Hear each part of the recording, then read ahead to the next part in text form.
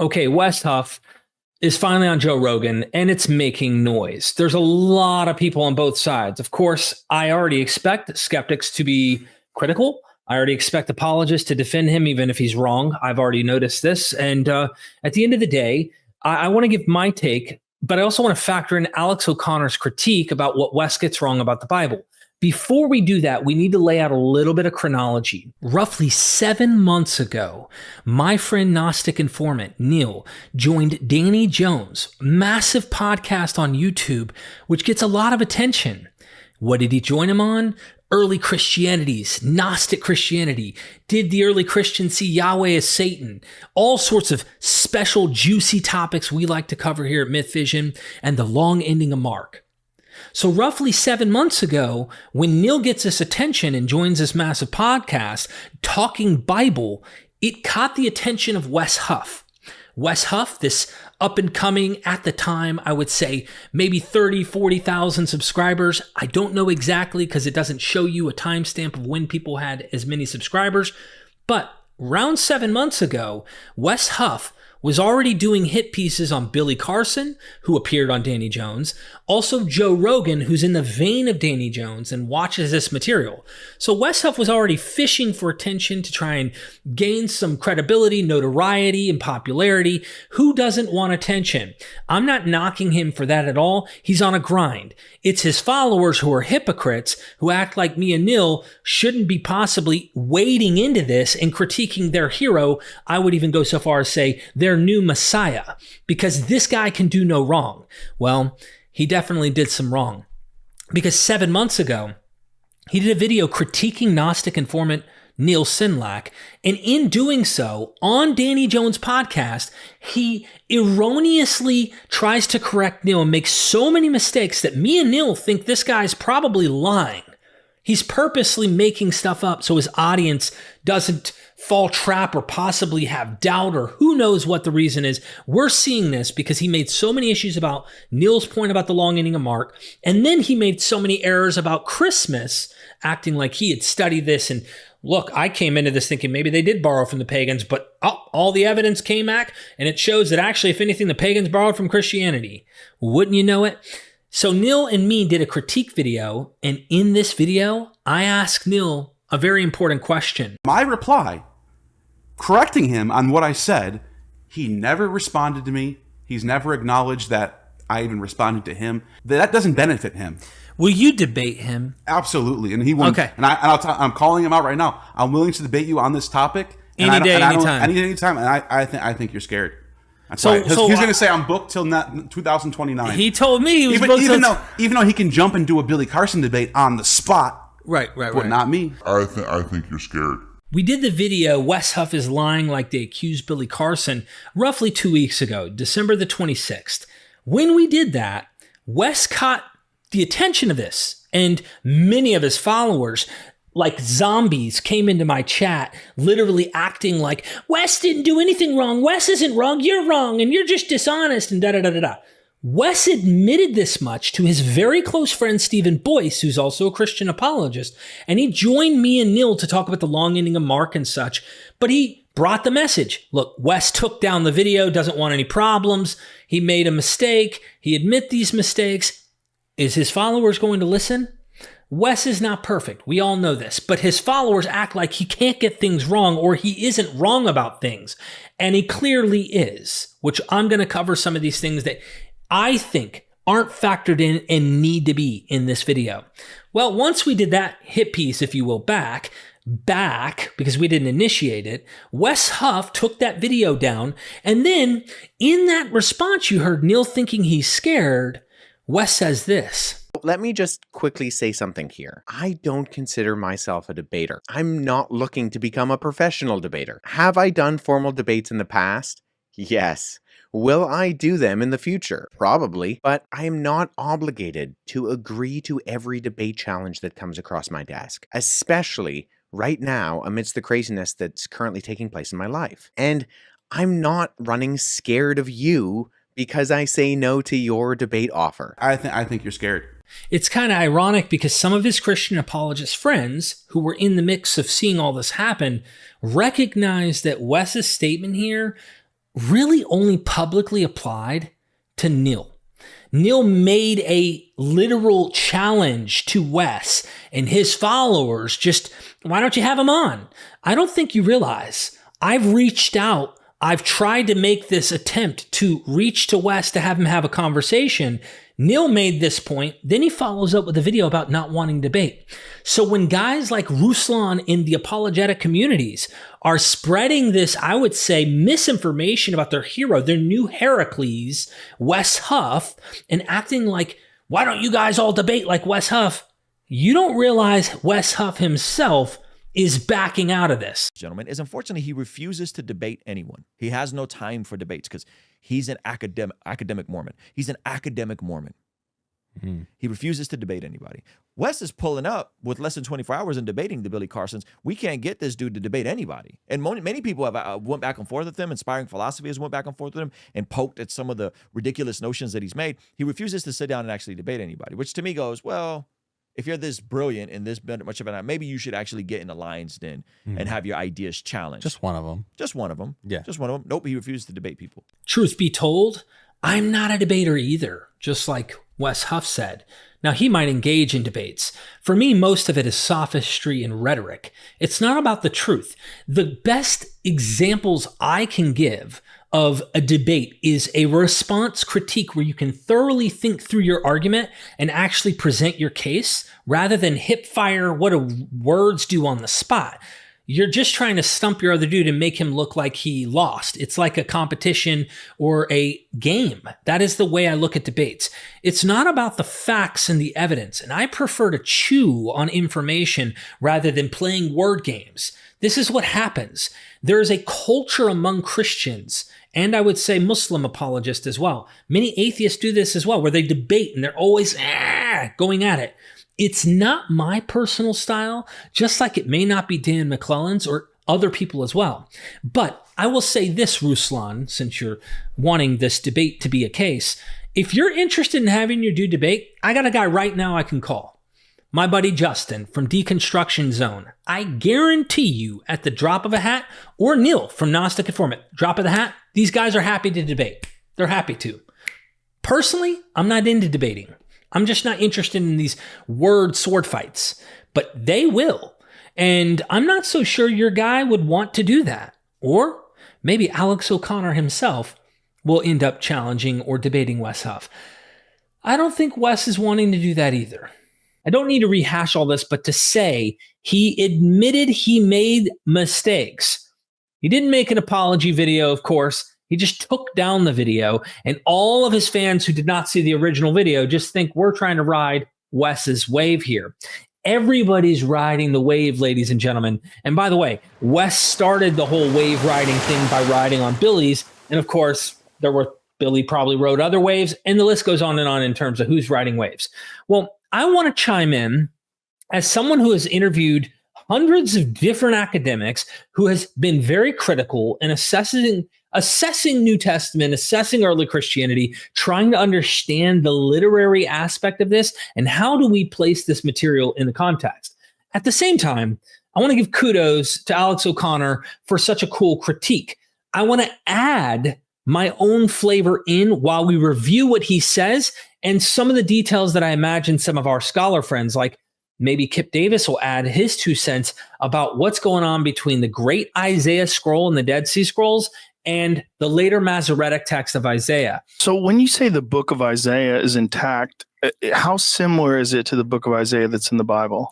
So that one is fascinating. So this isn't true for all of the Dead Sea Scrolls, but when we discovered the Great Isaiah Scroll, previous to that, the earliest copy of Isaiah that we had was in the Masoretic Text, which is in the Middle Ages. Whoa. Yeah. So it was literally 1,000 years. We literally pushed back our understanding of Isaiah 1,000 years.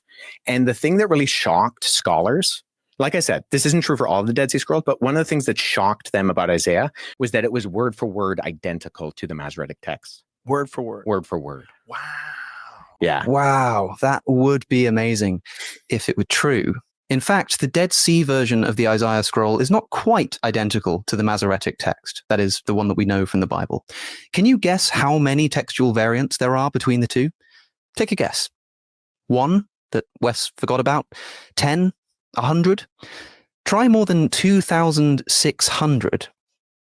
Yeah. Now, most of these variants are small. They're differences in spelling, for example, but some of them are more significant. For instance, in Isaiah chapter 2, the end of verse 9 and all of verse 10 are simply missing from the Dead Sea version. Awesome. Alex caught something quite interesting, that half of verse 9 and verse 10 are missing in the Great Isaiah Scroll, in the Dead Sea Scrolls, but it's there in the Masoretic Text. But here's the deal. I just went ahead and got the book. I figured I'd show you straight up where we're at. The Dead Sea Scrolls Bible, HarperCollins ebooks, Martin G. Abegg and Peter Flint, right? The Dead Sea Scroll. They translated the Dead Sea Scrolls so everybody can watch and see exactly what's going on here, where this is at. So we're going to go down here to the great prophet, one of the great prophets, Isaiah, and he goes in a little bit of the context here. Here's the first. Some variant readings are major in that they involve one or more verses present in some text, but absent from others. A contrasting pair of examples can be seen in chapter 2. This is the exact example Alex gives. On the one hand, the second half of verse 9 and all of verse 10 are not in 1Q Isaiah. These were most likely added later, a later addition to the text of Isaiah by some unknown scribe. Though made early enough, right? So someone could try and critique what Alex said, though made early enough to be recorded in 4Q Isaiah B, right? A and B. Of course, in the Masoretic text later, and the Septuagint, which we would have this last part of verse 9 and verse 10 in these versions. And then it goes on the other hand, verse 22 was not yet in the Hebrew Bible translated by the Septuagint, but was inserted later into 1Q Isaiah A and the traditional Masoretic text. So anyway, the scholars point out exactly what he's saying, but among the Dead Sea Scrolls, 1Q Isaiah A and B, you do find these verses in those versions of Isaiah. So sometime along the tradition of these guys in Qumran that are writing these scripts or translating and literally passing along the scribal tradition of Isaiah, someone inserts this in that period in the Dead Sea Scrolls of the Septuagint, 1Q Isaiah A, 1Q Isaiah B, but it appears there and of course finds its way into the Masoretic text. So it isn't in the Great Isaiah Scroll, as Wes is saying word for word. We have a problem too, though. Wes's language for word, he literally says like it's exactly the same word for word. Was that it was word for word identical to the Masoretic text. It's word literally word for word. Almost word for word from the Enuma Elish. Billy Carson in his debate, he uses even softer, more nuanced language than that when comparing Genesis to the Enuma Elish and earlier Mesopotamian mythology. Let's hear what he says. That's fair enough. I can respect that. So let's go into the Old Testament a little bit. Predominantly from my research, I discovered that a lot of information from the Enuma Elish and the 7 tablets of creation is a lot of in Genesis, a lot of the creation story that comes into Genesis. Not all of it, but because obviously Genesis is a much smaller version of a much bigger story. But it's literally almost word for word from the Enuma Elish and the 7 tablets of creation. The Epic of Atrahasis as well is also there in the Old Testament. It's literally almost word for word from the Enuma Elish. Now, what's interesting is we can give benefit of the doubt to either party. It's literally almost word for word from the Enuma Elish. Was that it was word for word identical to the Masoretic text. If we're actually being fair and not trying to destroy people's lives like they are with Billy Carson.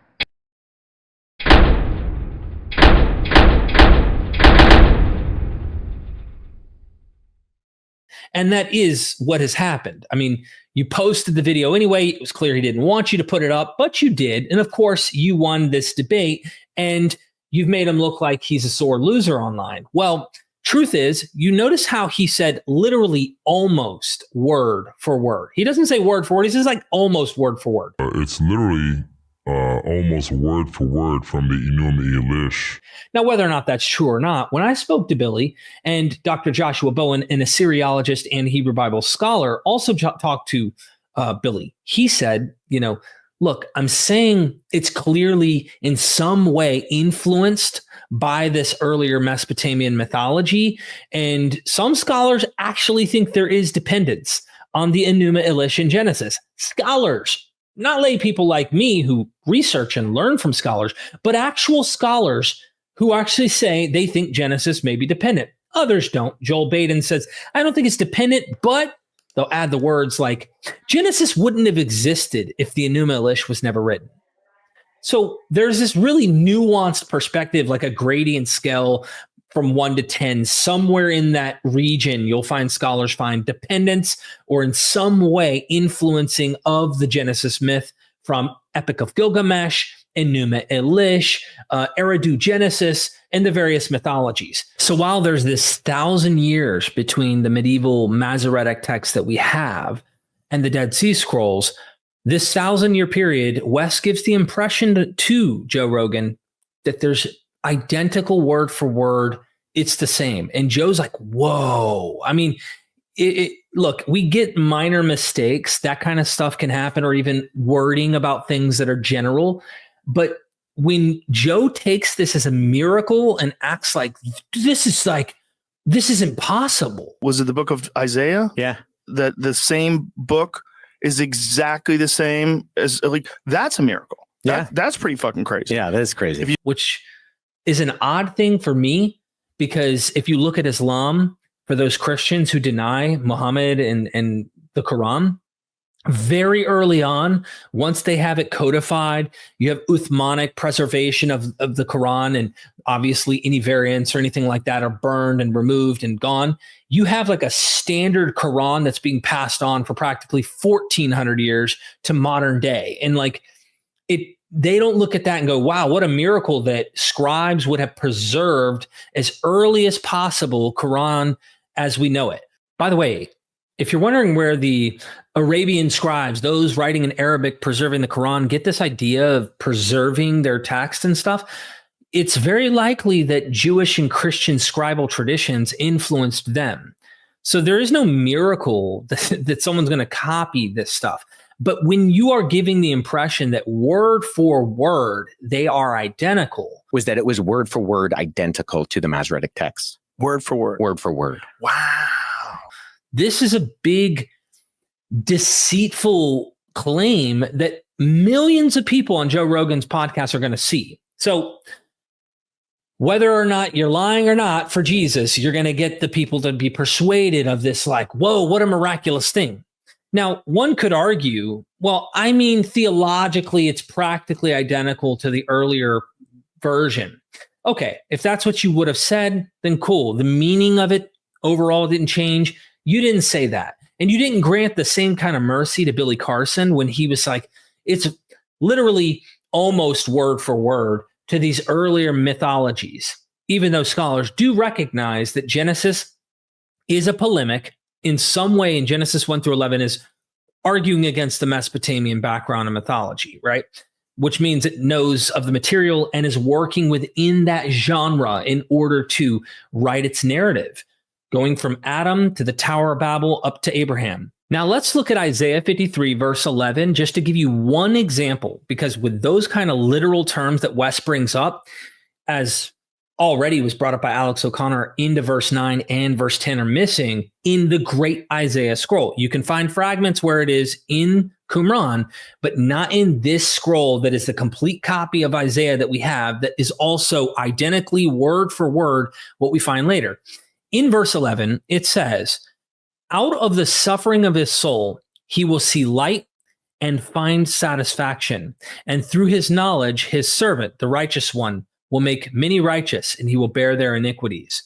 So looking at Isaiah 53 verse 11 in the New American Standard Bible, which is using the Masoretic in this situation here, sometimes this version, New American Standard, will use the Septuagint.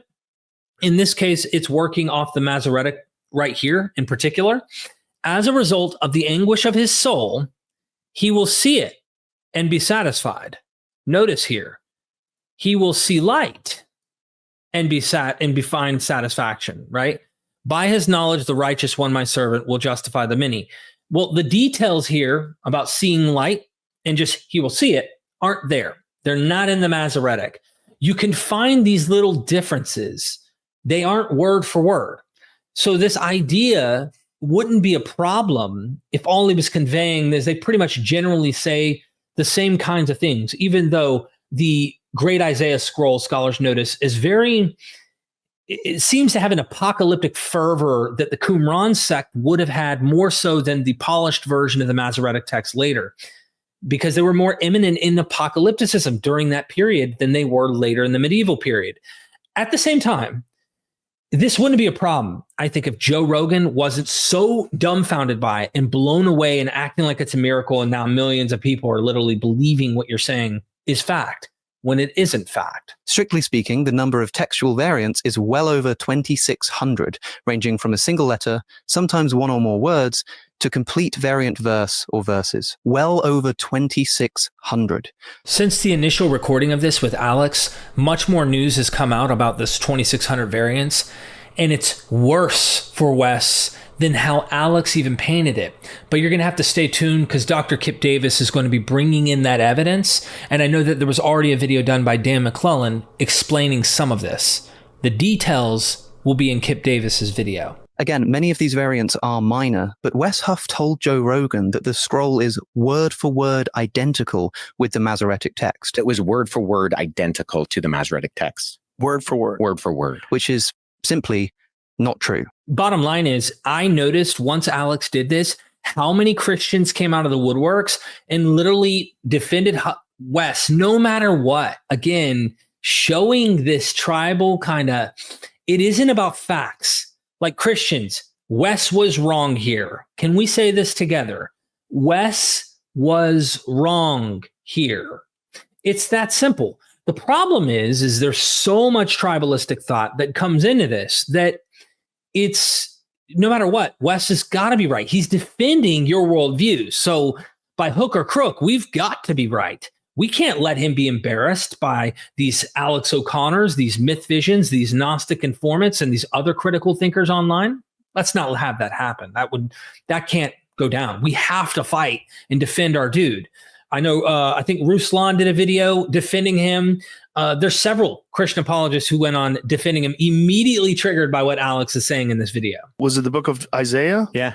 That the same book is exactly the same as, like, that's a miracle. Yeah. That's pretty fucking crazy. Yeah, that is crazy. If you just imagine the sheer number of illiterate people, the sheer number of days that have to go by where people are telling the story exactly the same, and that it's entrusted in the hands of these very few people that are so dedicated to it that they get the exact words right 1,000 years later, pretty bananas. Well, I mean, that is kind of the crazy thing about Christianity, where you have.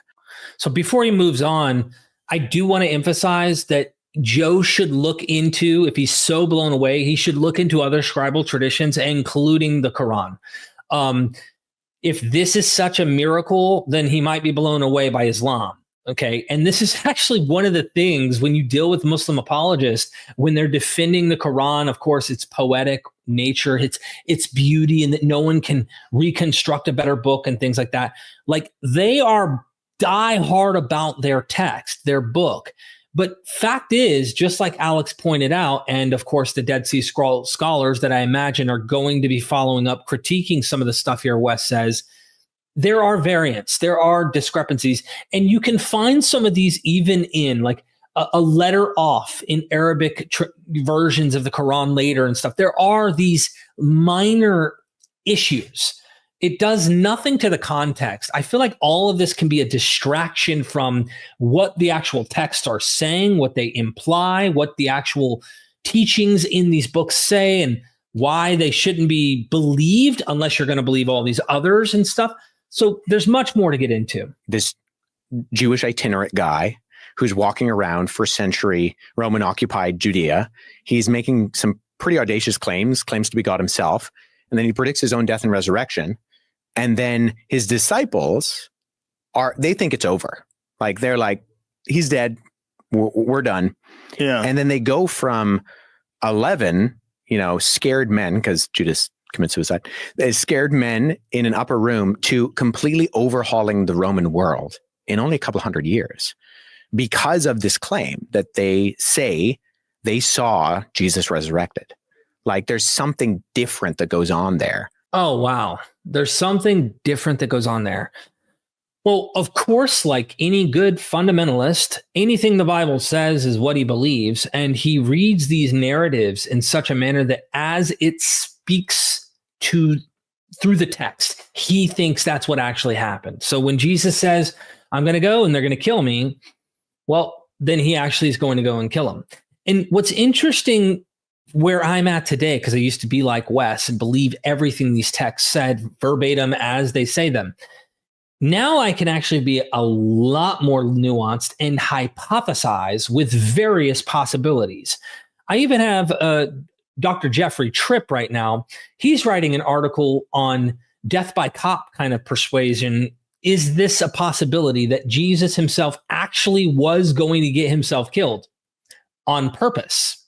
If you read the letter to the Romans by Ignatius, in the chapter titles, he's like, please, I pray that you don't interrupt what I've got going on. I pray that I attain to God, to martyrdom. I want to die. Please allow me to go to my death. I want to become food for the belly of the beast. Let them grind me in the stomach. Like, it's pretty grotesque, but like he even says at one point in his letter to the Romans that if they won't kill me, I will entice them to do so. I will make them do it. So if you take this martyrology kind of concept, because it sounds selfless, but there is a glorious reward and trophy in the minds of the cult and in memory, and of course in reward to heaven, if you become a martyr. So it's like the most selfless thing you can do. Is Jesus, like the Maccabees, purposefully laying down his life in a way and choosing to die with some idea that if he does so, he'll cause the apocalypse, the end to happen, and that God's angels will come in? Is he purposely death by copying himself? This is a hypothesis. Other scholars think, no, he didn't actually predict his own death and had no intention of dying.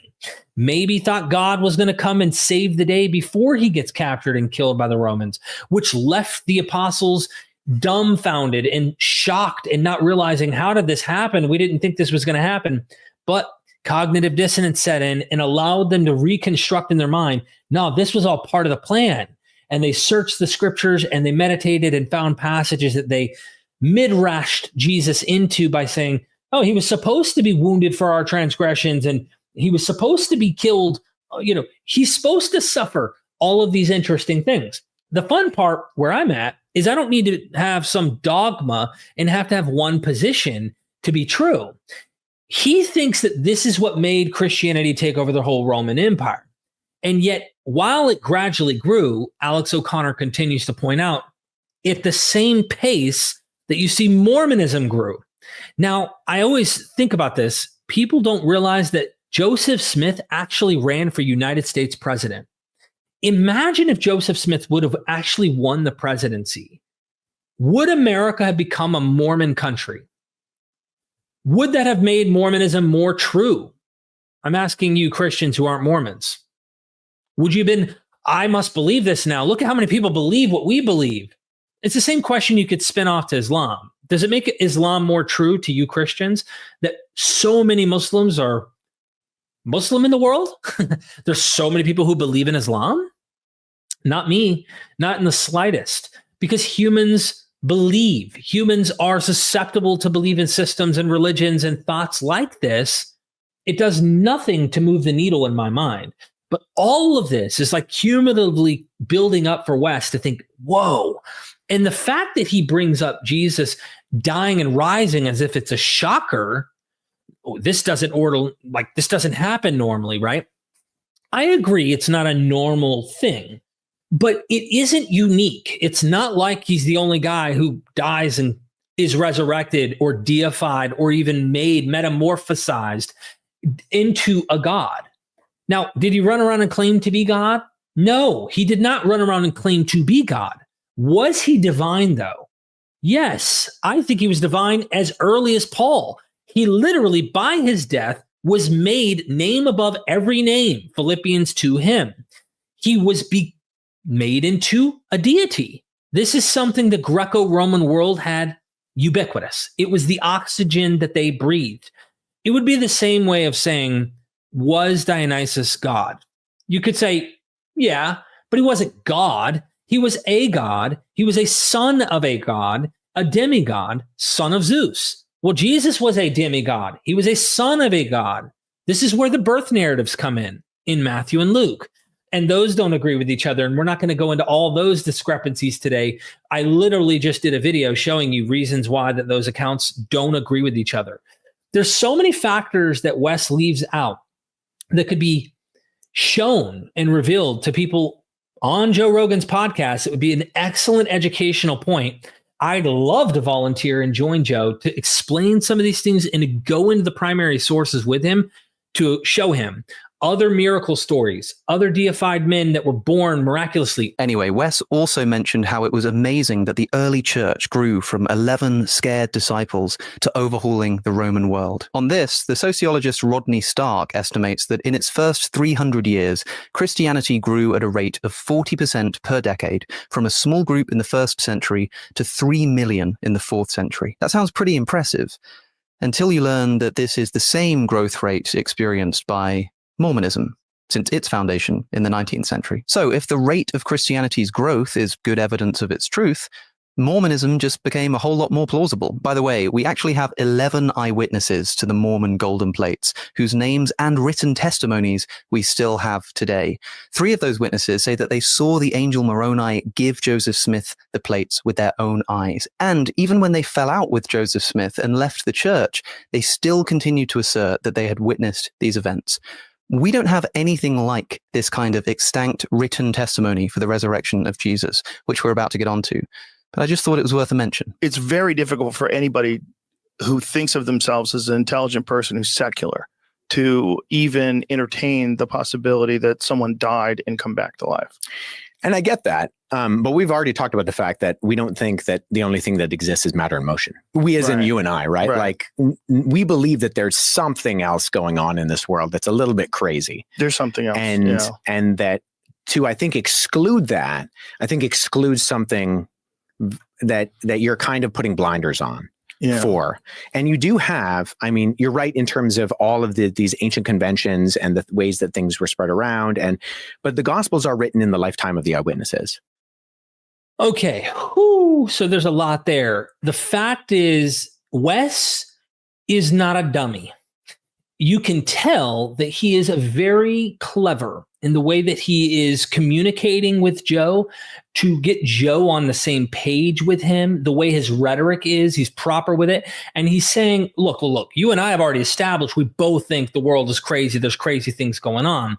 Opening up the door for miraculous, opening up the door for his claims. And then he now wants to shift into these Gospels were written in the lifetime of these eyewitnesses. You hear him kind of do that. And Joe's going, yeah, I do think there's crazy stuff going on, right? Okay, I think the world's crazy. I think reality is pretty crazy. But even though I don't draw the miraculous approach they do, let's hear what Wes continues to say.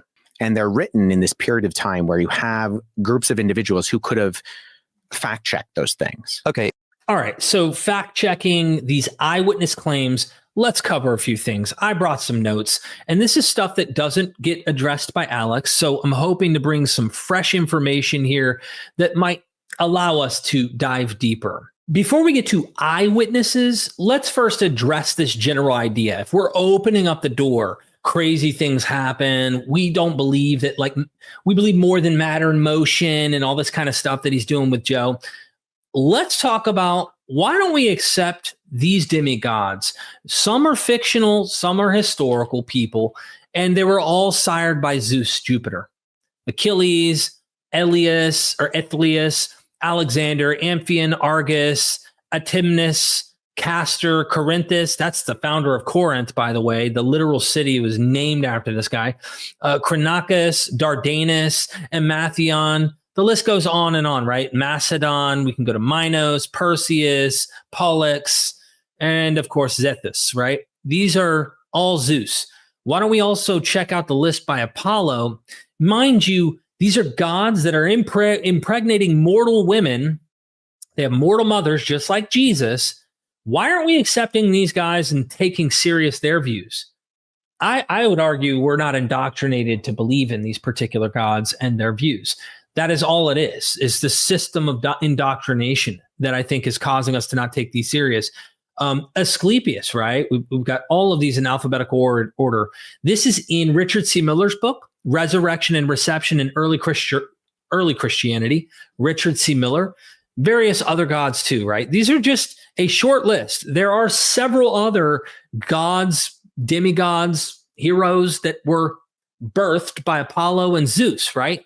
I just wanted to show you those few. Again, in that list that you saw, there were several figures that made real historical impact, like Alexander the Great.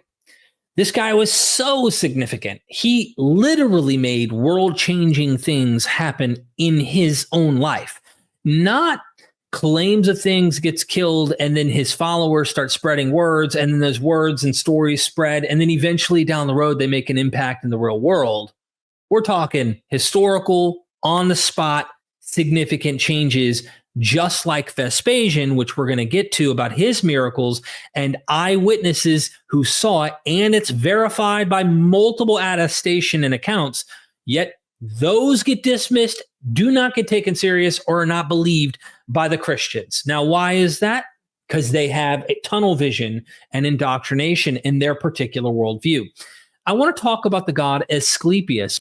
Church fathers sometimes would refer to as Antichrist. This god did so many miracles and was so well known and believed universally, worshipped universally, that he covered everything, every ailment, every sickness, everything.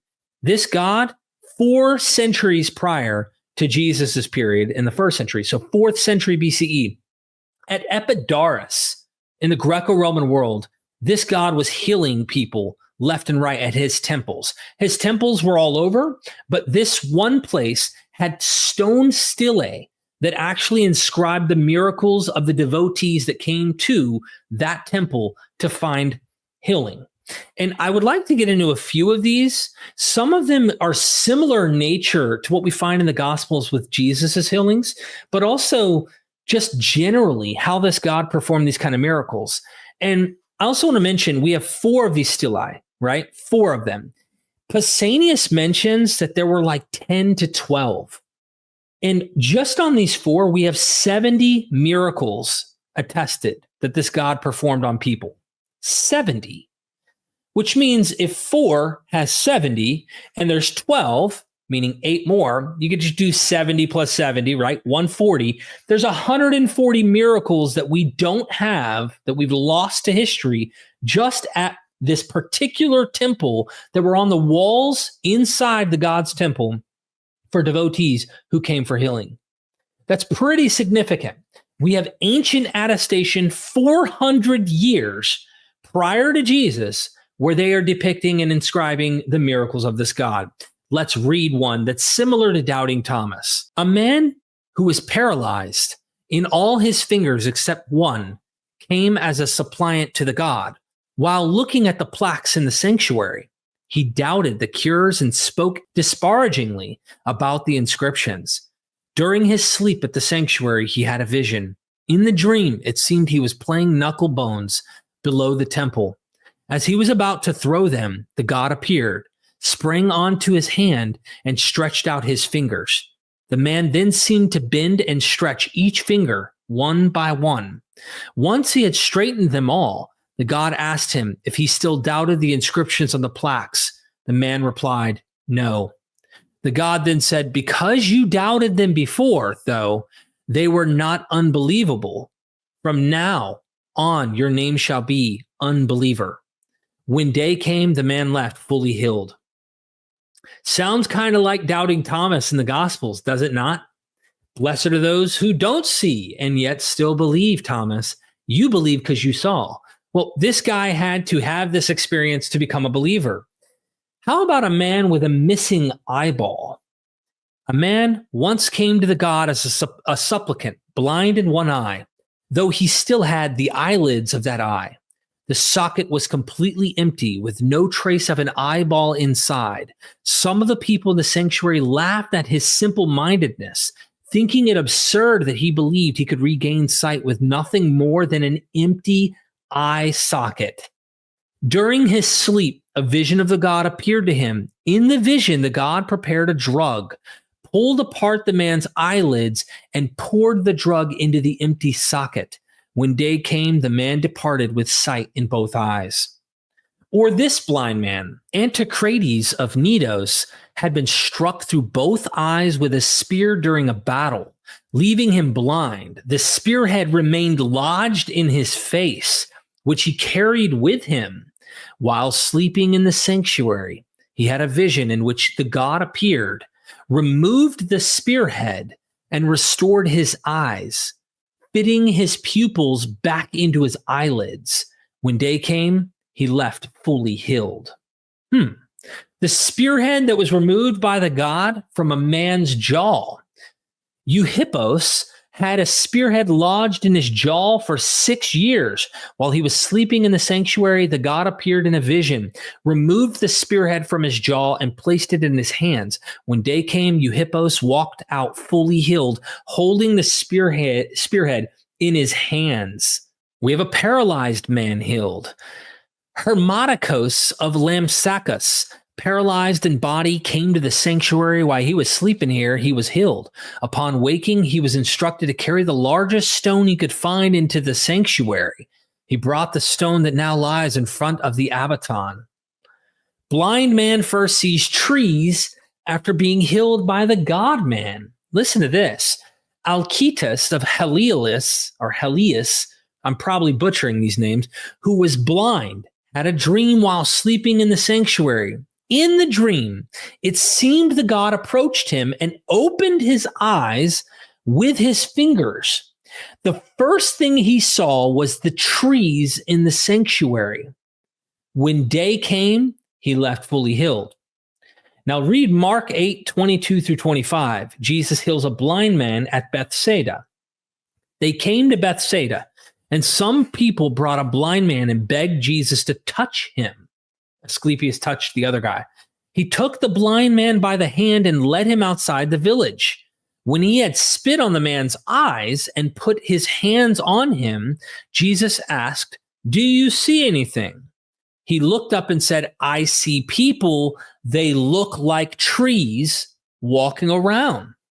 Once more, Jesus put his hands on the man's eyes. Then his eyes were opened, his sight was restored, and he saw everything clearly. Notice how similar those are. Maybe have no connection. Maybe, because Asclepius was a god that was so significant, and these stories about his miracles were still being passed on and believed down into the time of Celsus, the critic of Christianity, Pausanias, the geographer who traveled and saw these inscriptions, not just the 4 stelae we have, but he actually saw all of the other ones as well. Like, he knew how prevalent Asclepius was all around the Greco-Roman world, which the region where Jesus is part of that world. I also want to bring up another account that is important coming from Celsus in against Celsus from Origen. This is pertaining to Asclepius.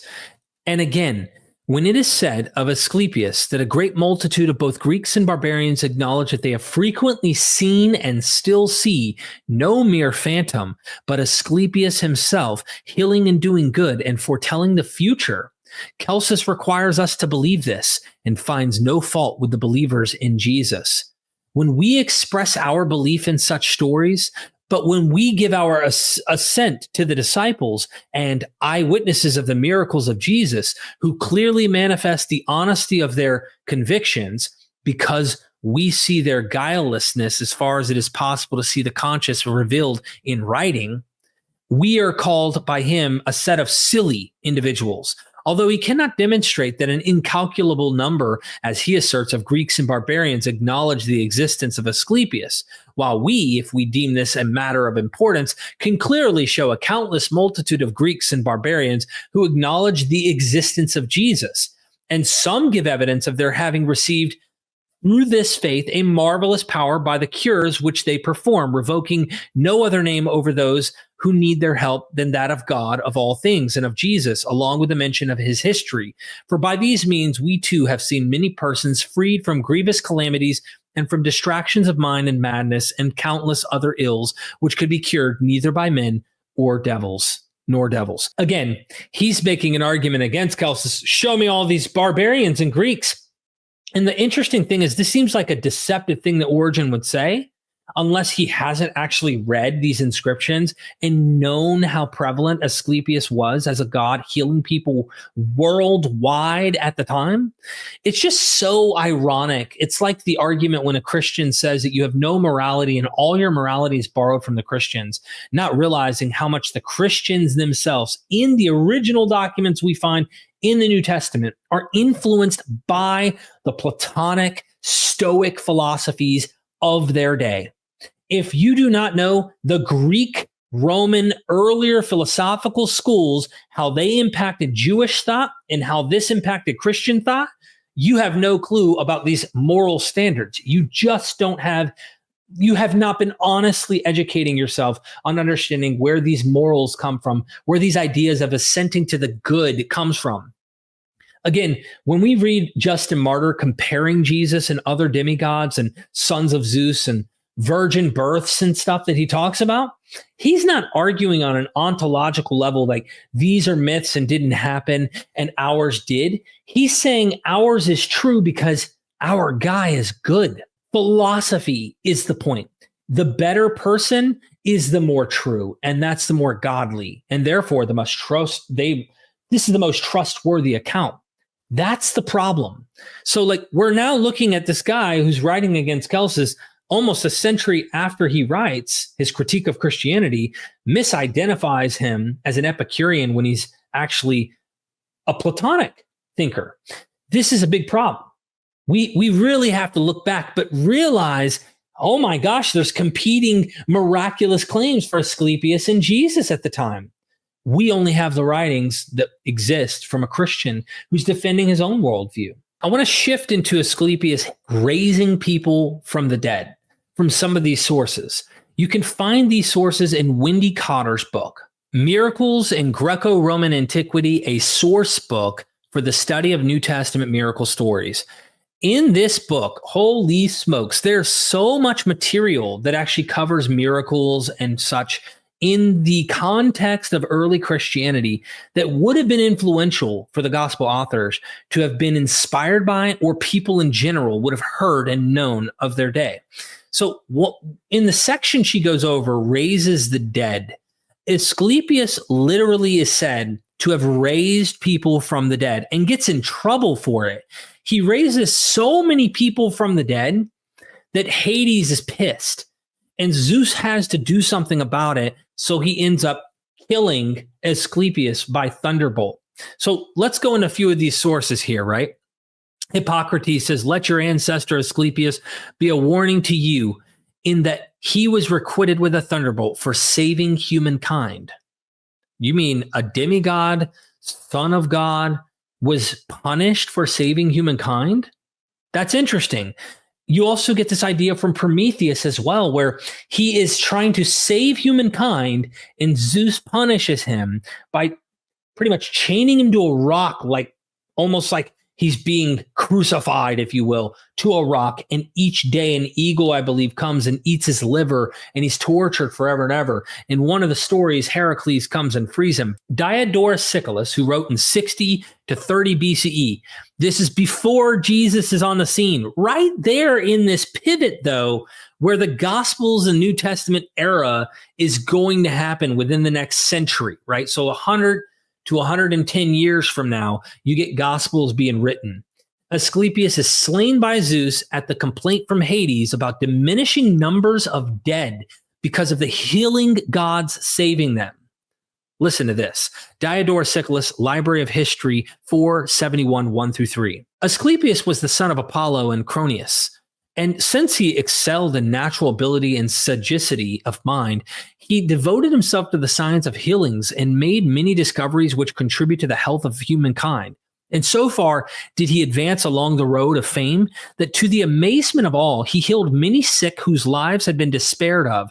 And for this reason, it was believed that he had brought back to life many who had died consequently.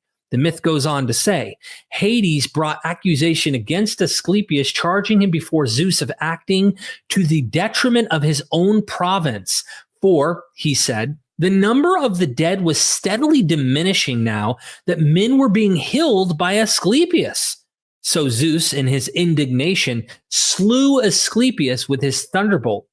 But Apollo, indignant at the slaying of Asclepius, murdered the Cyclopes who had forged the thunderbolt for Zeus. But at the death of the Cyclopes, Zeus was again indignant and laid a command upon Apollo that he should serve as a laborer for a human being, and that this should be the punishment he should receive from him for his crimes. Again, here is a father god killing or punishing a son of a god for saving humanity. Now, Christians will quickly go, Jesus died for our sins. The Father's wrath and hate and anger, justice towards sin literally gets punished on a son of God who's born by a god and a mortal woman, like all of these other demigods. But you don't accept those. Let's go to Virgil now. The father of omnipotent hurled down to Stygian waters, the finder of such healing craft. Virgil's Aeneid 765 to 773. For they tell how that Hippolytus, when he fell by his Stedamame's craft, and slaked a sire's vengeance and blood, torn asunder by frightened steeds, came again to the starry firmament and heaven's upper air, recalled by the healer's herbs and Diana's love. Then the Father omnipotent, wroth that any mortal should rise from the nether shades to the light of life, resurrection, being raised again from the dead, himself with his thunder hurled down to the Stygian waters, the finder of such healing craft, the Phobos born, Apollo born. So it's poetic, it's Virgil's style, but it's recounting the same thing of him healing people, raising them from the dead, and yet the Father, the Heavenly Father, the omnipotent Father, ends up thunderbolting him and killing him. Apollodorus, writing in the 1st century CE, Asclepius raised 6 men, Capaneus, Lycurgus, Hippolytus, Tyndarus, Hymenaeus, and Glaucus. So in Apollodorus, the library 310, 3-4, I found some who are reported to have been raised by him, to wit, Capaneus and Lycurgus, as Stesichorus, 645 to 555 BCE, says. In the Ariphile, Hippolytus, as the author of the Grammatica, 6th century BCE, reports. Tyndarus, as Paneus, circa 500 BCE, says. Hymenaeus, as the Orphics report, and Glaucus, son of Minos, as Melasagoras, 5th century BCE, relates. But Zeus, fearing that men might acquire the healing art from him, so he's afraid he's going to give this art to others, and so come to the rescue of each other, smote him with a thunderbolt. So this Apollodorus says he had to get rid of him, because if not, he's going to teach others this art of resurrecting people from the dead and keeping them from dying and going to Hades. Really probably changing the order of creation, right? There's that idea too. You're supposed to die. You're not immortal unless you're made immortal. Philodemus, circa 1st century CE. This is the same period around this time that the Gospels are being written. Zeus struck Asclepius by lightning because according to the writer of the Grammatica, 6th century BCE, and the Asclepius of Talistes, 4th century BCE, and the like-named work of the lyric poet Synesius, 4th century BCE, he raised Hippolytus from the dead at the instance of Artemis, but according to the Ariphile of Stesichorus, circa 640 to 555 BCE, it was because he raised Capaneus and Lycurgus. So you have differing accounts. Kind of like you have Gospels that have different accounts as well. Pliny the Elder, Asclepius was killed for raising Tyndarus to life. Lucian, Zeus was angry with Asclepius over the resurrection of Tyndarus. Zeus must stop the quarreling between Hercules. Oh, this is so fun. Lucian is amazing. There's just like debate and argument between Zeus and Hercules of who should be above the other. And Asclepius dies before Heracles, so he's his better. And Zeus has to get in between and says, stop, quit the crap. Sextus Empiricus, he's another one. Again, raising the dead. So many accounts describe him raising the dead. It's not even funny. So this is obviously not a well-known or understood thing, as Wes says, and that's ridiculous and is an outright dishonest lie or an ignorant statement. And if I give him the benefit of the doubt, he's just ignorant on it. And now millions of people are thinking this is true. That's not true. Pausanias echoes the same. He also echoes those stelae that we've been talking about and the miracles from. So then there's also Isis, the foreign deity Isis, who she heals diseases. She literally raises people from the dead. She raises the dead. In this one, right? Diodorus Siculus, we read him earlier, says, furthermore, she discovered also the drug which gives immortality, by means of which she not only raised from the dead her son Horus, who had been object of plots on the part of the Titans and had been found dead under the water, giving him his soul again, but also made him immortal. And it appears that Horus was the least of the gods to be king after his father Osiris departed from among men. Wow. Here's another one, right? It goes into more. But she heals people from the dead. Let's move on into heroes who heal, because this is going to get into some juicy stuff.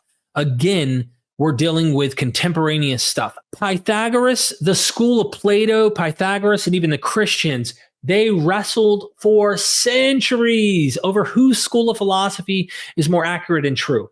Okay. And this gets into Apollonius of Tyana, who is in the Pythagorean school. Porphyry mentions Pythagoras about pestilence. He chases away pestilence. Pythagoras prepared songs for the diseases of the body. So he cured the sick. So Imblicus, we have Pythagoras is said to be responsible for the rapid expulsions of pestilences. Again, Empedocles, another philosopher, along with Pythagoras, heals diseases. So you have a woman from a month-long trance. All the suffering comes from the new god Empedocles. Sorry. So he's healing these sufferings. He raises the dead. Listen to this. Empedocles saves the life of Panthea, who was given up by doctors. So Diogenes Laertes' Empedocles' Lives of the Eminent Philosophers, 869. Hermippus tells us that Empedocles cured Panthea, a woman of Agrigentum, who had been given up by the physicians. Hey, we can't help her. She's done. And this was why he was offering sacrifice, and that those invited were about 80 in number. So you have 80 members witnessing this philosopher Empedocles, who is healing a woman who even the physicians had given up. He heals the woman, raises her from the dead. Rulers who heal. You can go to the Greek king Pyrrhus of Epirus, and I'm sure there are several other accounts in the ancient world. She's just documenting several that are important around the time of Jesus. These are contemporaneous writings that are echoing these sources around the time the Gospels are being written. Century or two before, century or two after the Gospels, but in that area of that time. So again, he heals diseases. Roman emperors who heal. This is important. Augustus heals and pestilences of the world by his Pax Romana. Jesus is claiming to bring peace, but it's an internal peace that Christians experience usually, unless you want to argue it took 2,000 years to find peace, but I still see shit happening in the world that isn't peaceful. Augustus brought actual peace, Pax Romana, for like 40-something years in the empire. This guy like legitimately brought some serious peace to the empire, okay? He, in their minds, was divine for this reason. It was obvious we're dealing with the divine man. Tacitus talks about Vespasian. This is an important one. He cures a blind man and a withered hand. Let's read it. Tacitus Histories 481. During the months while Vespasian was waiting at Alexandria for the regular season of the summer winds and a settled sea, many marvels occurred to mark the favor of heaven and a certain partiality of the gods toward him. One of the common people of Alexandria, well known for his loss of sight, threw himself before Vespasian's knees, praying him with groans to cure his blindness, being so directed by the god Serapis, whom this most superstitious of nations worships before all others. And he besought the emperor to deign to moisten his cheeks and eyes with his spit. Jesus does the same thing. Another, whose hand was useless, prompted by the same God, begged Caesar to step and trample on it. Vespasian at first ridiculed these appeals and treated them with scorn. Then, when the men persisted, he began at one moment to fear the discredit of failure, at another to be inspired with hopes of success by the appeals of the suppliants and the flattery of his courtiers. I'm not sure how to pronounce that. Finally, he directed the physicians to give their opinion whether such blindness and infirmity could be overcome by human aid. Their reply treated the two cases differently. They said that in the first, the case of the blind man, the power of sight had not been completely eaten away, and it would return if the obstacles were removed. In others, the useless hand, the joints had slipped and become displaced, but they could be restored if a healing pressure were applied to them. Such perhaps was the wish of the gods, and it might be that the emperor had been chosen for this divine service. In any case, if a cure were obtained, the glory would be Caesar's, but in the event of failure, ridicule would fall only on the poor supplicants.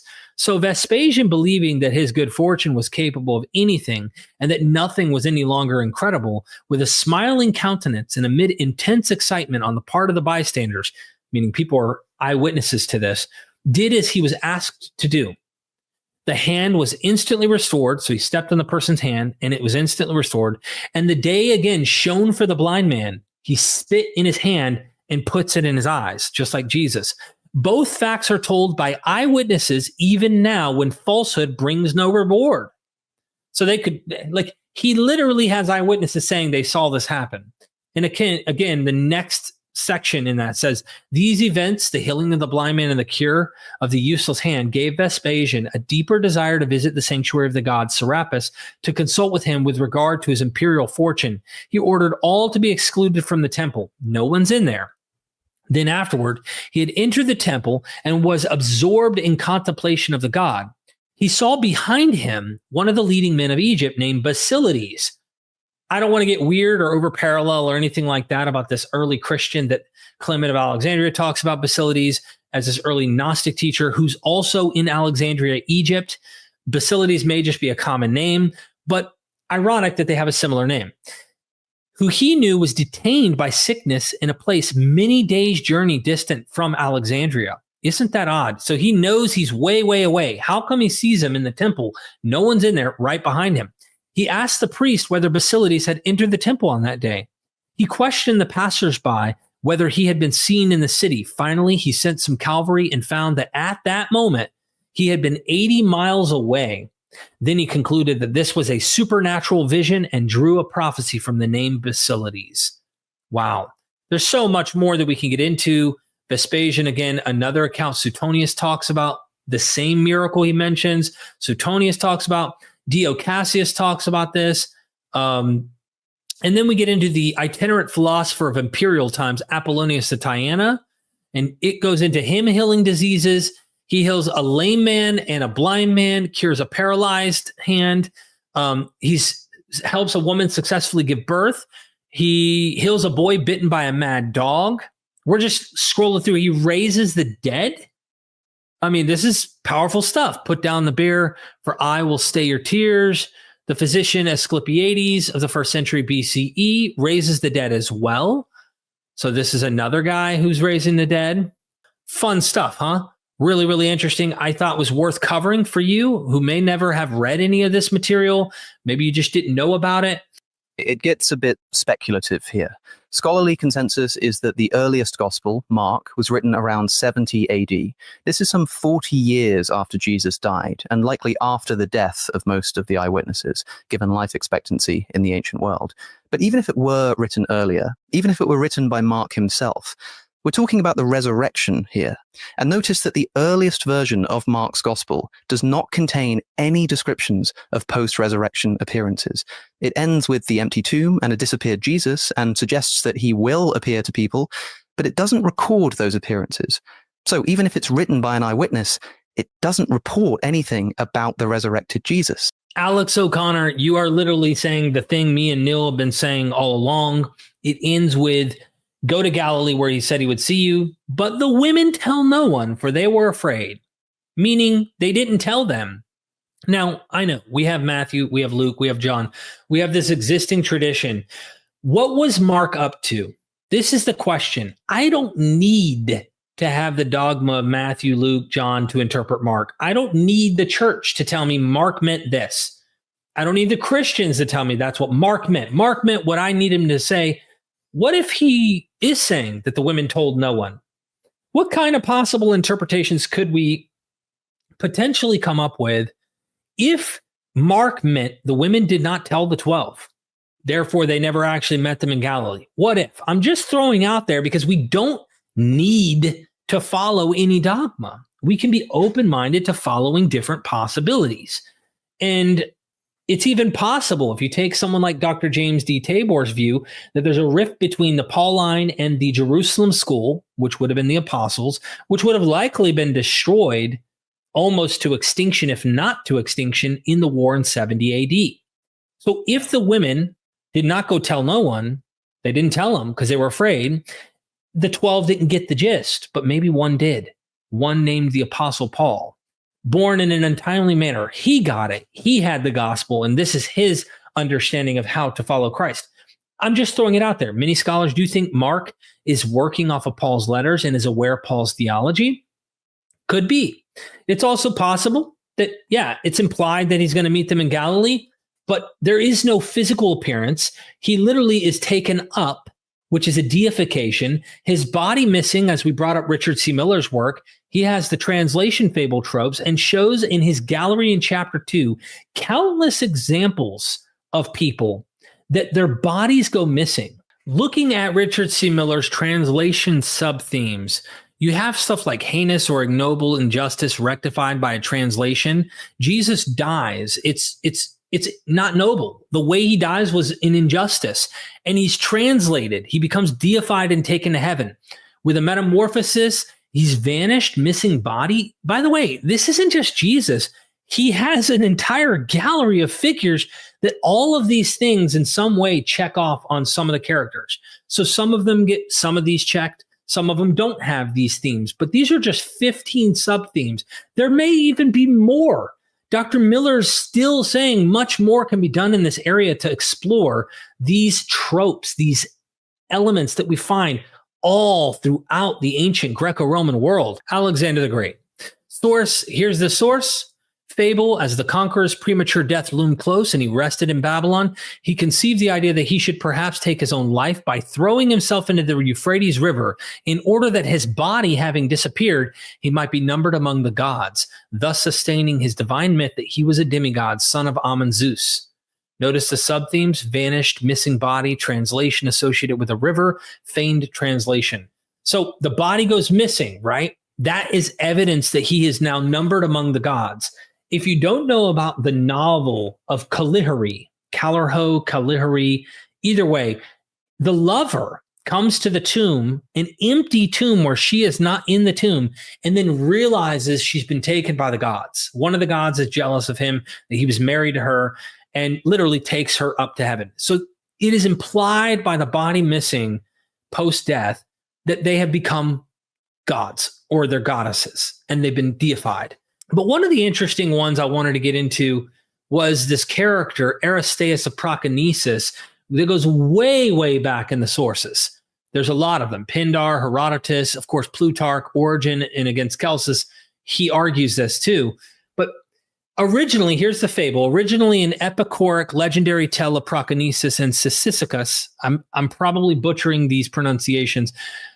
The translation fable of Aristeas was made famous by Pindar and Herodotus. The legend stated that this divine man and poet had entered a fuller's shop in Proconesus and there fell dead. The fuller then locked up his shop and went to notify the poet's relations. As the shopkeeper was out for quite some time, apparently days, with this task, a man reported to the town that as he was on the road from Artake to Cyzicus, he had just met Aristeas, something impossible were Aristeas to have just died, as the fuller had reported. The fuller and Aristeas' friends and family, therefore, returned to the fuller's shop only to find the body of Aristeas missing.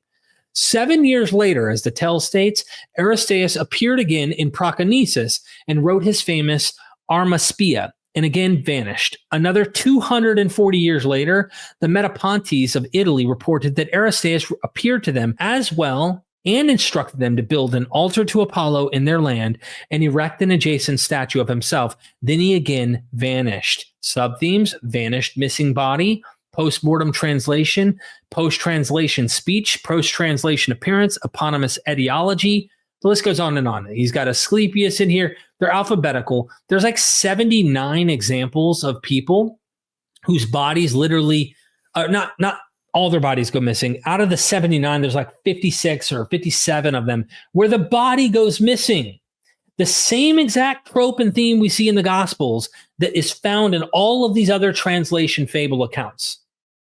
We even find it in the Kalihari, the Kalorho story of that woman's body missing from the tomb, contemporaneous novel to the gospel material. This is a well-established theme, a trope. But I want to point out something else as well as we continue in Alex's video about the doubting scenario that many of them doubted, because while Alex is pointing out that Mark does not have any actual appearances, the debate gets messy when they go, what kind of body then? Because the body is missing. Doesn't that mean he bodily rose? Let's not get distracted. Granted, who gives a shit? Yeah, his body rose. According to this story, in some way, shape, or form, the body's transformed. Got it. This is what Heracles and all these other characters are. When Heracles dies on the pyre, his bones are missing. The bones would not have burned in a pyre fire. Sorry for the rhyming, but his bones would have remained, but the bones are missing. The same is true of the Caesars. When they were burned, they would give wax effigies of the bodies, making it look like when they melted, there was no bones left. The body went missing. They would feign translation. Richard C. Miller pointed all this out. Eyewitnesses saw Roman emperors after they were dead on Roman roads, appearing to people. People swore on oath in court by law that he was alive. They saw him after he was dead, ascending to heaven. This stuff was so commonplace. I mean, if you don't think Christians were picking up these tricks, these authors of these texts were not picking up these tricks, the cults on the ground outside of the text were not modeling, mimicking, imitating through mimesis these other well-known and established narratives that constructed the Roman imperial cult, the mystery cults of the day of the Greco-Roman period, you're just purposefully being blind. You're being ignorant on purpose. You're not actually evaluating all the evidence. You're not considering everything there is to see. You're not realizing, even looking internally, which Alex does a damn good job of doing. Internally, there's incohesive. It's not perfectly coherent. There's contradictions. There's friction. There's development of the narratives. There's so much that Alex is touching on. In his way with words, he's so precise and very philosophically means what he says what he means, and doesn't have to do what I do, which is go on and explaining so much material. But he is just sticking with the New Testament, and there's so much to do there, let alone getting into all this stuff I'm trying to highlight, because most people don't know this, let alone the New Testament. And Alex is just sticking the New Testament. Numerous and detailed post-resurrection appearances of Jesus are in the fourth gospel, the Gospel of John. Scholarly consensus dates this to somewhere between 90 and 100 AD. Wes Huff suggests an earlier dating based on an ancient fragment of the Gospel of John called P52. Here's what he says. So you were talking about, like, what is our oldest manuscript evidence? So this guy is P52. John Ryland's 457. So that's a genuine Egyptian papyri that I made. I cut it out for you, and then I transcribed the text on that manuscript. So when we're talking about what is potentially our oldest evidence for the New Testament, this manuscript that most likely comes from Oxyrhynchus, Egypt, is the one that usually is universally accepted as our oldest one. And that contains John 18, where Jesus is on trial before Pilate. And yeah, so that's the one that's in the John Rylands Library in Manchester, England. The reason I bring this up is because before this was discovered by C.H. Roberts in the 1940s, the convention was, because of a guy named C.H. Bauer, that The Gospel of John was 2nd century. C.H. Roberts is, literally going through these piles of manuscripts in these drawers that are being like stashed away. And he finds this guy and he sees that it's written on both sides, which is almost exclusively a Christian convention. Because in the ancient world, they used scrolls. And the Christians, for reasons we're not entirely clear on, they start to make codices, books. And so they write on both sides. And so he says, okay, this is written on both sides. It's probably a Christian manuscript. So he sends it off to the leading paleographers, or guys who date manuscripts. And they all say, this is the beginning of the 2nd century. And so there's still debate about the dating of this, but the unanimous consensus is that it's comfortably 2nd century, potentially the beginning of the 2nd century, which means that this is found in Egypt. John is probably writing his gospel in Ephesus. So it has to be written by John, spread around, find its way to Egypt, be copied, and then end up in this manuscript, which means that at minimum, you've already pushed the Gospel of John back into the 1st century comfortably, and potentially even most likely into the lifetime of the eyewitnesses of these events. And so all of the literature up until that point from the scholarly consensus about the dating of the Gospel of John gets totally rewritten. Wow. He correctly points out that there is dispute in the dating here. But notice that while West places P52 in the 2nd century, it's comfortably 2nd century. He pushes John's gospel itself at minimum and comfortably back into the 1st century. Which means that at minimum, you've already pushed the Gospel of John back into the 1st century comfortably. Why? Well, because of the time it would take after John wrote the gospel in Ephesus for it to travel to Egypt and be copied. Written by John, spread around, find its way to Egypt, be copied, and then end up in this manuscript. A few problems with this. First, Wes assumes that the 4th gospel really was written by John the Apostle in Ephesus. This is, to say the least, heavily contested by New Testament scholars. But even so, Egypt just isn't all that far away from Ephesus, reachable in a few weeks for an ancient traveler, maybe a bit longer. Originally, P52 was thought to date between 100 and 150 AD. Split the difference at 125. Even if this early dating is correct, that still gives us 25 years for the gospel to have traveled from Ephesus to Egypt and still have been written within the 2nd century. But of course, even this dating is disputed. In 2012, Professor of Early Christianity Brent Nongbri wrote a paper in the Harvard Theological Review dispelling this very use of P52 to date the Gospel of John, called The Use and Abuse of P52.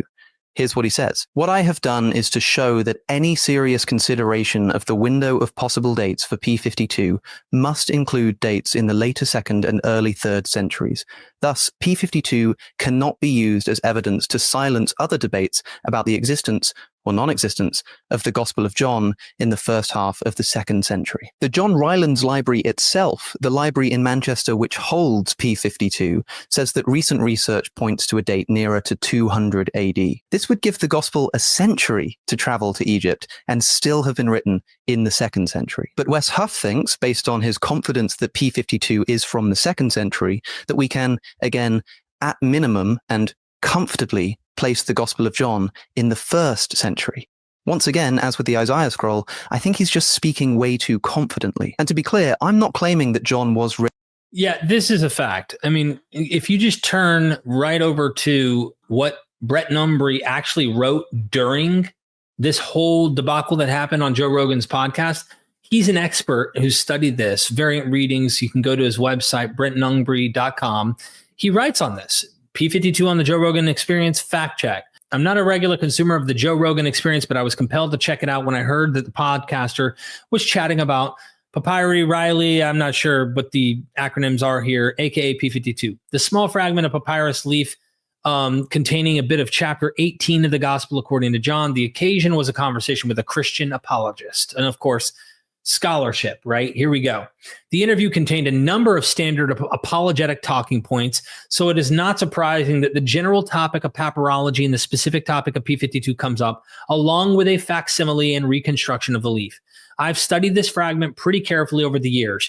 Articles in Harvard Theological Review in 2005 and New Testament Studies in 2020. So I'm fairly familiar with the scholarship. Unfortunately, the apologist makes a number of false or misleading claims. So for anyone who might be interested, here's a brief fact check. Discovered by C.H. Roberts in 1940s, false.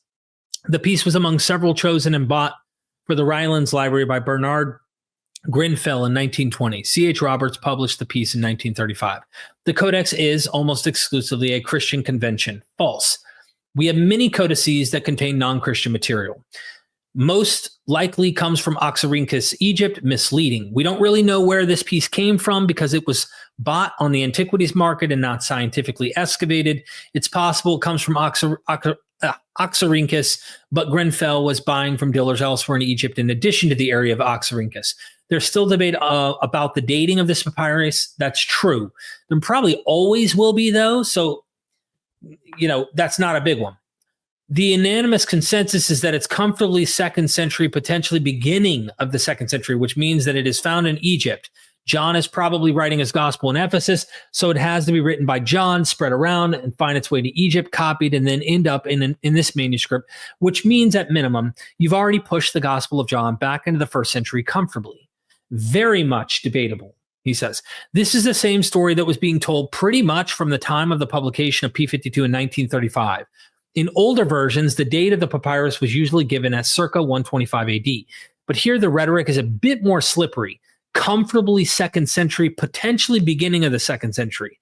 But for the logic to work, that potentially beginning of the 2nd century has to become definitely beginning of the 2nd century.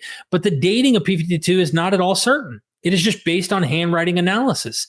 And there are good parallels for the script of P52 in papyri from the late 2nd century and even the 3rd century, the 200s. See my 2020 New Testament studies piece. The fact is, we don't know the date of this piece with confidence, so trying to use P52 to establish a 1st century date for the composition of the gospel according to John doesn't work. I don't have a horse in the race when it comes to the time of the composition of John, but I would stand by the words I wrote back in 2005. P52 cannot be used as evidence to silence other debates about the existence or non-existence of the gospel of John in the first half of the 2nd century. Only a papyrus containing an explicit date or one found in a clear archaeological stratigraphic context would do the work scholars want P52 to do. As it stands now, the papyrological evidence should take a second place to other forms of evidence in addressing debates about the dating of the 4th gospel. The interview also has some misleading statements about P75, aka P. Bodmer 14-15, aka Hannah Papyrus 1. I've written a bit about the different scholarly views on this relationship and offered my own take on things, Journal of Biblical Literature 2016. It's good to see early Christian manuscripts being discussed in a popular setting, but it would be better, even better, if the information was accurate. I agree. So Wes actually shows up in the chat and kind of like defends himself, but like plays super nice to Brent. And Brent's just like, thanks for the comment. Non-linear conversation. Yes, I don't envy you having to shift basically mid-sentence from one Christian papyri to, hey, what do you think about the Voyic manuscript? If my comments in the past seem a little less than charitable, that arises from my frustration with the overall presentation of P52 as a kind of paradigm-shifting artifact. It can't bear this weight. And that's exactly what Wes did in the video when he said, I definitely don't agree with your assessment. I would not use that as a standalone argument if I was arguing in that direction. I completely agree that it is nothing close to a seal-the-deal rationale. My telling of the story, albeit inadequately, about Roberts and Bauer was to take the opportunity while Joe was talking about paradigm shifts and consensus changing. So they had a conversation. They went back and forth. Long story short, most people don't know about this exchange. And I don't even think at this moment Alex is making his video that he knew about it. But Brent actually is like, no, dude, you literally are smirking with Joe going, listen, this is safely early. And then by the time John wrote this, we don't even know, as Alex said, and he's not wrong. We do not know who wrote this Gospel of John. We are not sure that John the Apostle, the beloved apostle, that's a whole nother, the beloved disciple, a whole nother thing where academics have even thought this potentially is a fictional character put into the story of John, that it's not James and it's not John, son of Zebedee. It's not this guy. It's not this guy. Like, people made guesses. Early church fathers made guesses, but it may be a fictional trope to place this character in the story. He may be a fictional character. Why not just name him, right? And so there's been work done on this. I know that right now the hermeneutic commentary on John is being worked on, and the academic I am having a hard time pulling the exact name up off my top of my head right here, but he's writing on this, and there's scholars out there that literally think that this is a fictional character. That character is fictional. So yeah, they do attribute later to this guy, John, but is that part of what happens in the myth making of their pedigree in the 2nd century? Maybe. Maybe this guy named John did write it. Ladies and gentlemen, just in case you didn't believe me, I'm speaking to Dr. Hugo Mendez. He is an expert on the Gospel of John, and he is at Chapel Hill with Bart Ehrman. So, Dr. Mendez, if you will, is the beloved disciple likely a fictional trope or a fictional character in a story? And if you don't mind laying down a little bit of the groundwork of the idea behind the different thoughts. Yeah, so there are different scholarly opinions on the identity and existence of the beloved disciple. There are scholars, many of them lean conservative, not all, centrist too, who think of the beloved disciple as a perfectly real person who completely wrote the Gospel of John himself. There are scholars who would take a different kind of view and would say there really was a beloved disciple. He existed at one time, but he has become a character in this book written by other people, and his memory has been, in some ways, embellished, perhaps exaggerated, idealized would be the key term. And this is a very common mainstream opinion. There are a number of scholars, also very mainstream scholars, not a majority, but a significant number, that have argued that the beloved disciple might be a purely literary character. He might be invented fictional for one reason or another. These scholars would include Harold Attridge, emeritus from Yale, David Litwa, myself. There are different reasons why scholars would give for this. Some scholars in this camp would suggest that the beloved disciple is playing an important literary role as an eyewitness, guarantor of the authenticity of the text. So the beloved disciple is there to give the gospel an eyewitness flavor and eyewitness authority it doesn't really have or deserve. That this is kind of, if you will, a historiographical trope that you often find sometimes in histories with invented elements where you insert an invented narrator. There are some, like Harold Attridge in particular, who sees this more as a literary device that's serving the purpose of drawing the reader in, of creating literary interest. Some scholars would even throw out the idea that the character is invented as kind of a way for the readers to step into the story and feel themselves as if they can, in the person of the beloved disciple, see what an ideal disciple should do, what an ideal disciple would be, and how they would respond to Jesus. That's a fascinating. I was just reading some of that. I just needed a little echo from expertise. We could even add probably Robin Faith Walsh to your list, at least her opinion of this book, even though she's not like a specialist in it. I know Dennis MacDonald, who wrote the Dionysian Gospel, would agree with your assessment.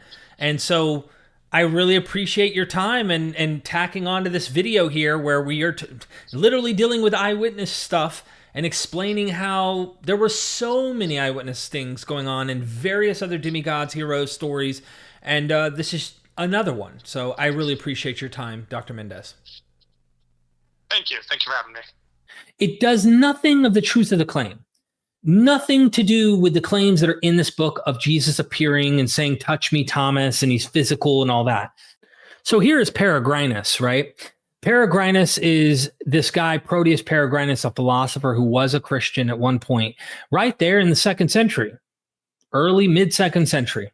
There is an Olympic Games taking place. Lucian of Samosata is actually writing about this in his passing of Peregrinus. Most people don't know this story, and I figure why not? This is the perfect time to help you get aware of it. Peregrinus is going to jump onto a fire in a public audience in front of everyone, committing himself to death, martyrdom, if you will, for his belief in his philosophy. This is not unique. This is in the tradition of what we see with Caesars, but also in the tradition what we see with Heracles and others who died by the flames, if you will, of the god. And you even get this with Asclepius dying by thunderbolt. And there's a debate that Lucian talks about between Asclepius and Heracles of who deserves pedigree. Well, in this, he's on his way home finally after Peregrinus literally kills himself, burns himself alive in front of the audience. And on his way, he says, on my return to the festival, as I returned, I was thinking, here on 38, I was thinking busily, my friend, reflecting what a strange thing love of glory is, how this passion alone is unescapable even by those who are considered wholly admirable. Again, Jesus, he's so humble. He committed himself. If he actually chose death, how do we know he didn't do this for the glory? How do we know that the apostles, if any, actually died for their belief in Christianity? Maybe they died for other reasons. But how do we know that they didn't for glory? Ignatius, in his letter to the Romans, talking about wanting to die. He dies to attain to God. Martyrdom was a glorious act, and you were left in history, etched in history as a saint, guaranteed front row seat in heaven. Come on. Like, this is what Lucian's mocking. He says, let alone that man who in other respects had led a life that was insane and reckless and not undeserving of the fire. Then I encountered many people coming out to see the show themselves, for they expected to find him still alive. You see, on the day before it had been given out that he would greet the rising sun, as in fact they say the Brahmins do, before mounting the pyre, well, I turned back most of them by saying the deed had already been done.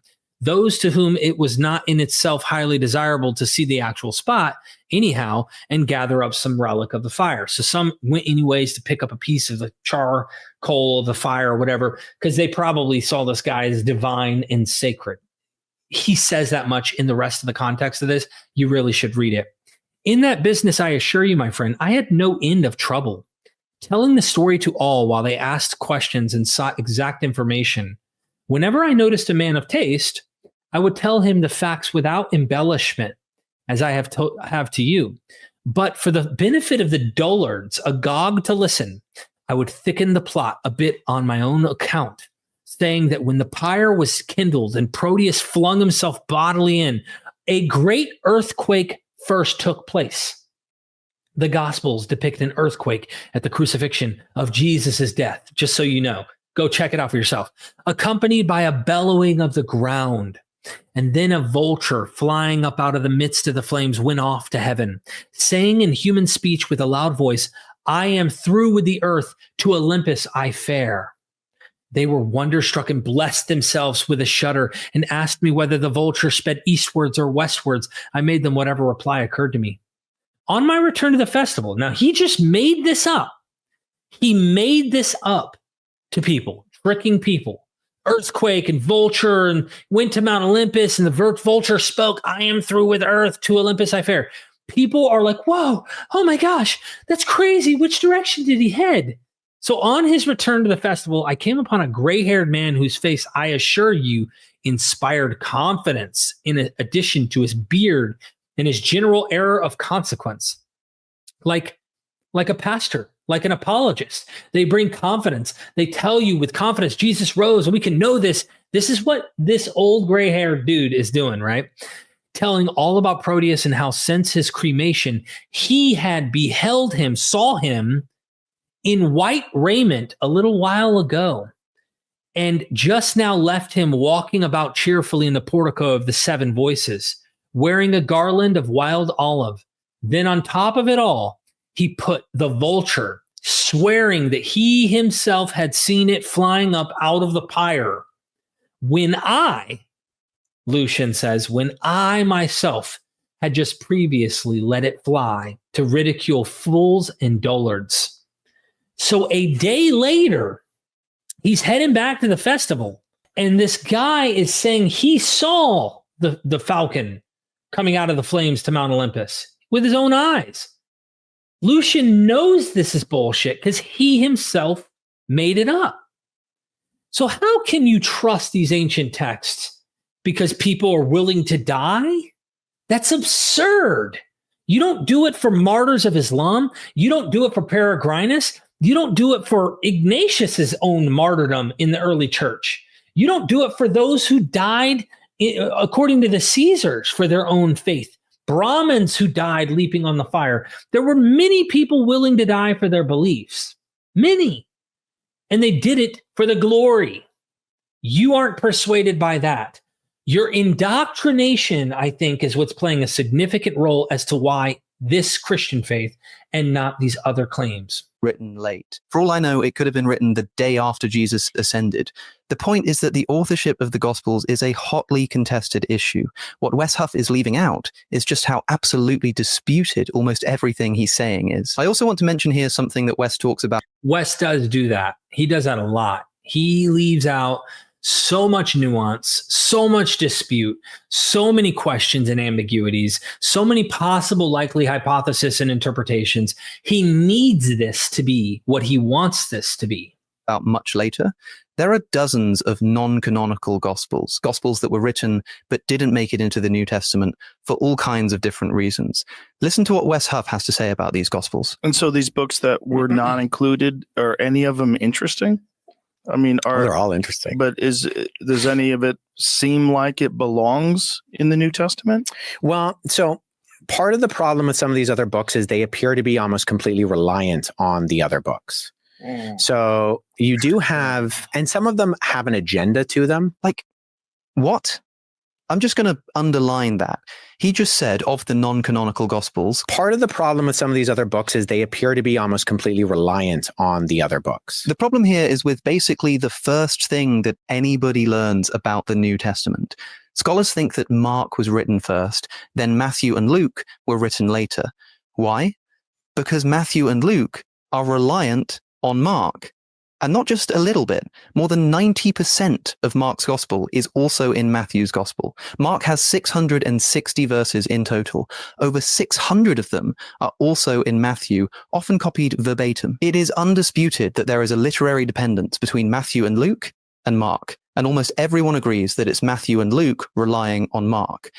I genuinely think I must have just misunderstood Wes here, because if heavily relying on an earlier gospel is reason to suspect it, then this would completely undermine the Gospels of Matthew and Luke. He also says that another problem with these non-canonical Gospels is that some of them appear to have an agenda. And some of them have an agenda to them. But one of the most discussed topics in New Testament scholarship is the agendas of the canonical Gospels.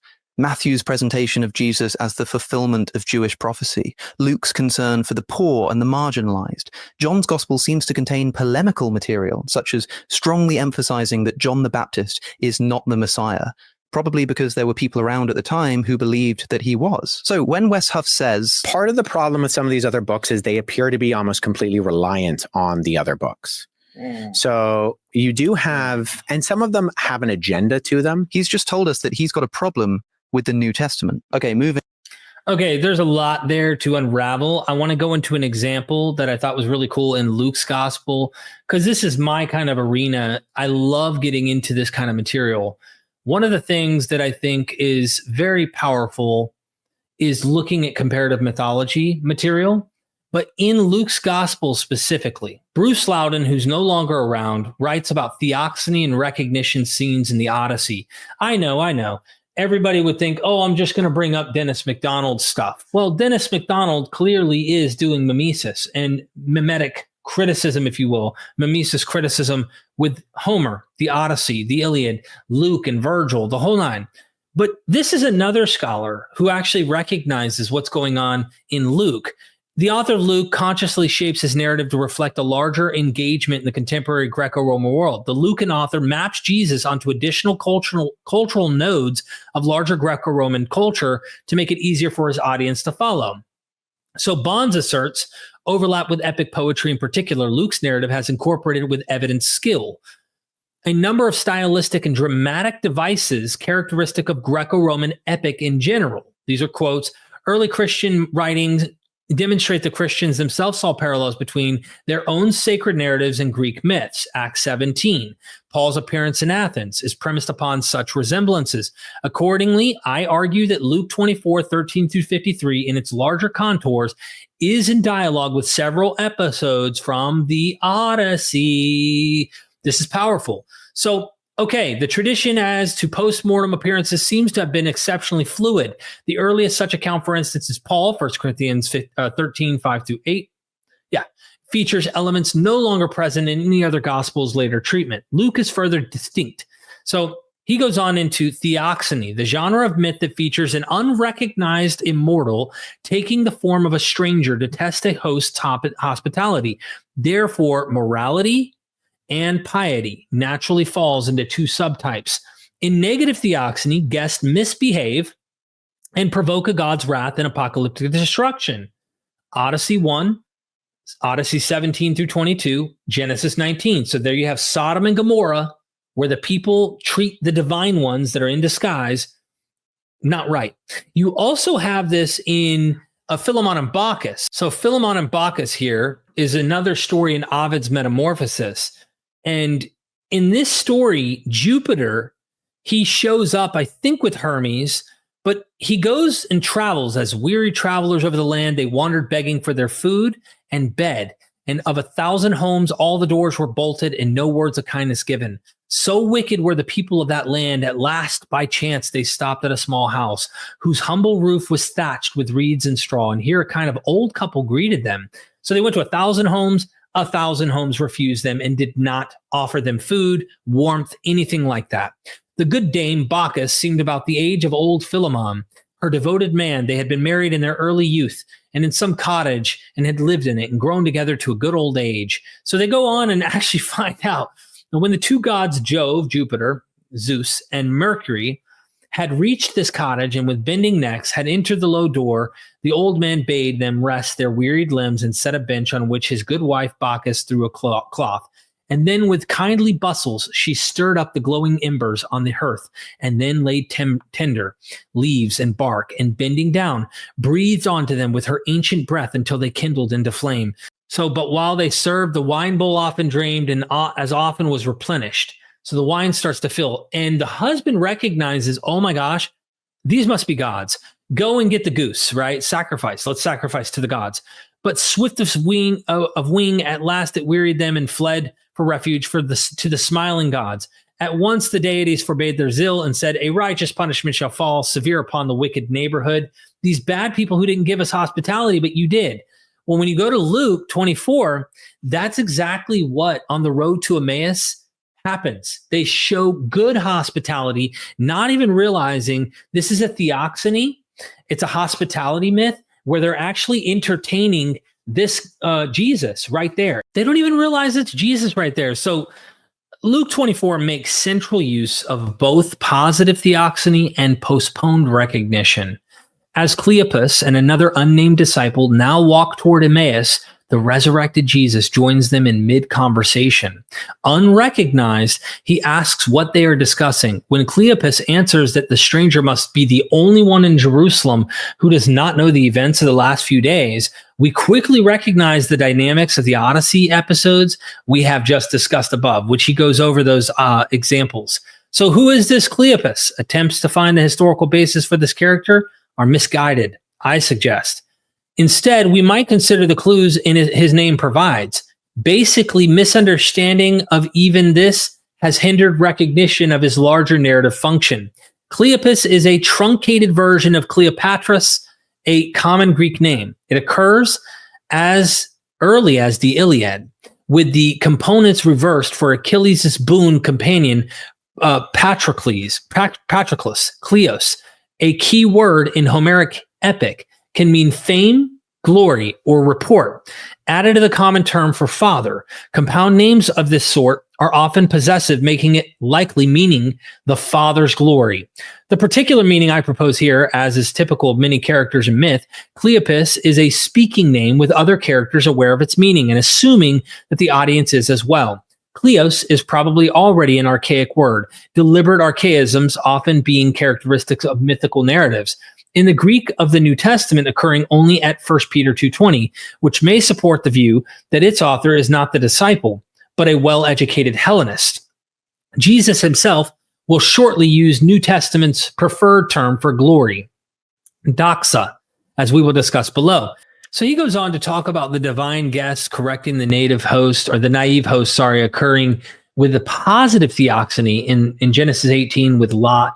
Abraham and Sarah, where the three divine figures appear. They offer them food and hospitality. They do things right, which meant they get blessed, right? They don't get cursed. They don't get destroyed like Sodom and Gomorrah. These are mythologies. These are tropes. If you don't know these tropes, then when you read this stuff and you think this one happened, but all the others didn't, you're committing special pleading fallacy. Honestly, you just don't know what you're doing. You don't know what you're reading. After mentioning the Gospels, Wes goes on to talk about Paul. Whenever the Gospels were written, and by whomever, we know that Paul is the earliest source of the New Testament, dating squarely from the middle of the 1st century. And we think that he actually did write at least 7 of the letters attributed to him.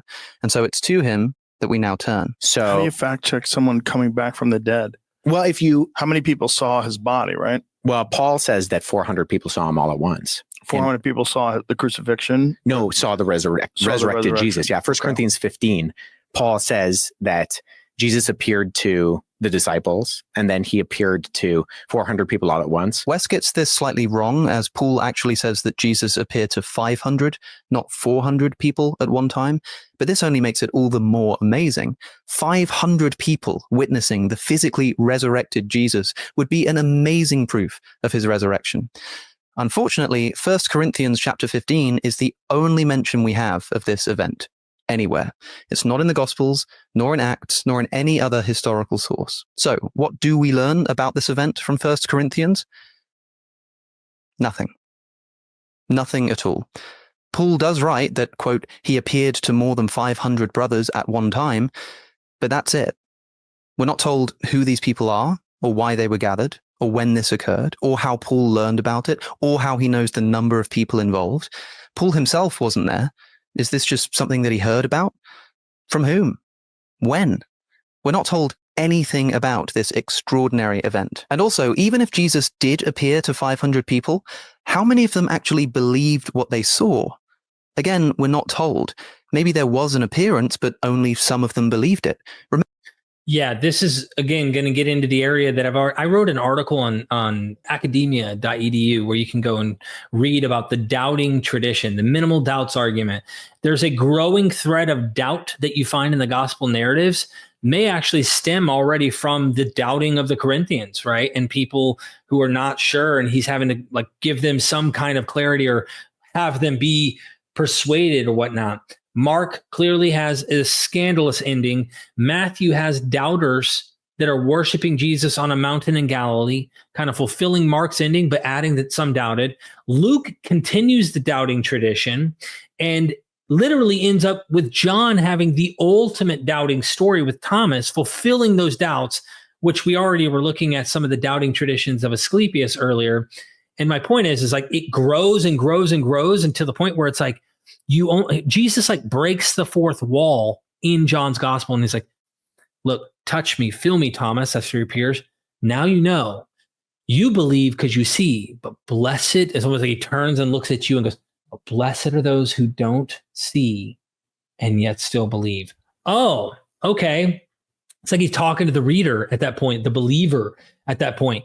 So let's see what else Alex has to bring. Remember, Matthew's gospel tells us that even when Jesus appeared right in front of his 11 disciples, some of them doubted. They'd lived with Jesus and he was standing right in front of them, but they didn't believe. Many people ask me, why would the disciples have believed in the risen Christ if they didn't actually see him? In response, if you grant these literally or stories what literally happened, we're going to have problems at the end of the day.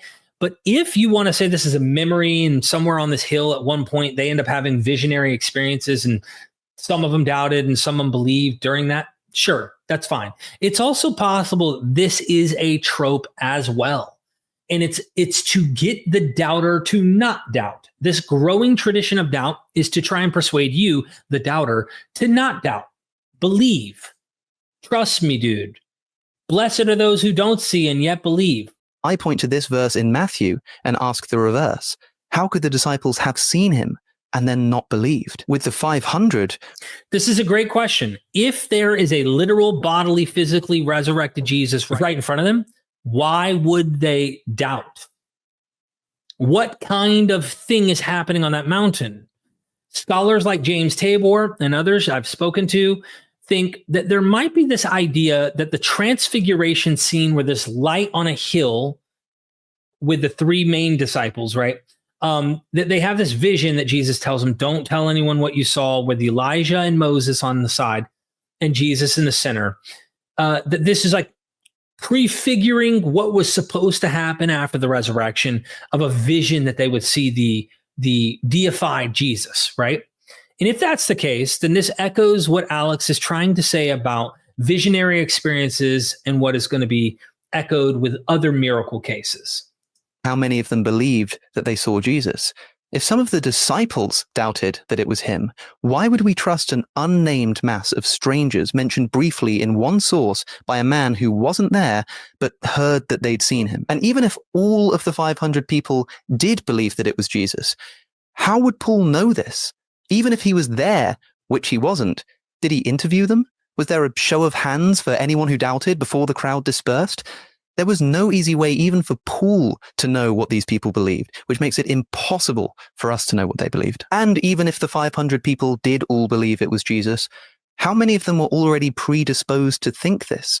Remember, sometimes groups do claim to see visions, such as various apparitions of Mary, or the Roman Emperor Constantine's vision of a cross of light in the sky, which may have been seen by his whole army as well. The source isn't clear. Look at this image. This is a picture of a crowd in Fatima, Portugal in 1917. This crowd, many more than 500 in number, were witness to the so-called miracle of the sun. A prophecy by 3 shepherd children said that the Virgin Mary would perform a miracle on the 13th of October, causing this large crowd to gather on that day. And the miracle happened.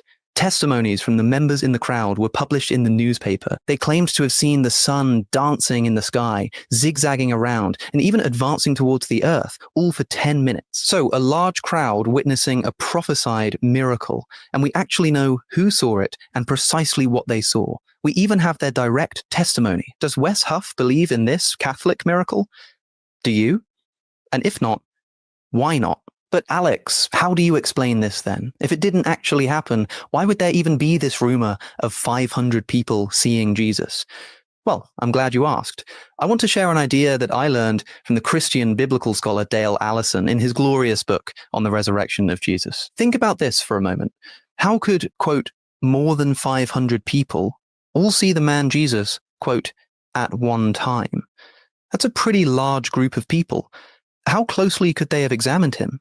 How could they all have got a good view at one time? Imagine a celebrity like Justin Bieber being surrounded by 500 people in the street. How well would you be able to make him out? Could you even be certain that it was him? Here's where it gets really interesting. Let's take a look at what Paul says in 1 Corinthians chapter 15. So he's about to get down into the Greek here, which is really an interesting observation. But again, if you take those words at one time, 500 witnesses, which Wes was wrong about saying 400 off the top of his mind, how can they all see him at one time, right? If that is the best way to understand it. And it seems like it could be. Well, you could see him in the sky. Paul claims to have met a guy who went to the third heaven. Like, visions and these kinds of things seem to be part and parcel of cultic settings. And we have contemporaneous examples. We have ancient examples. My point is, if we're going to grant this, why don't we also see the Caesar, Julius Caesar, Augustus Caesar, several other sources talk about them ascending to heaven, and eyewitnesses actually see them ascend to heaven. The question is, they're probably feigning some of this stuff. But in some cases, you wonder, are they having a natural phenomena that they're attributing to it? There's so many questions. And I've been talking to Richard C. Miller back and forth about this with his book on these translation fables and eyewitness stuff that comes up. Romulus with Julius Proculus literally comes forward saying that he saw Romulus in the sky ascending out of the heavens, and he's speaking to him. So the question is it invented? Or is it like Fatima, where you're going to see some type of sun in the sky?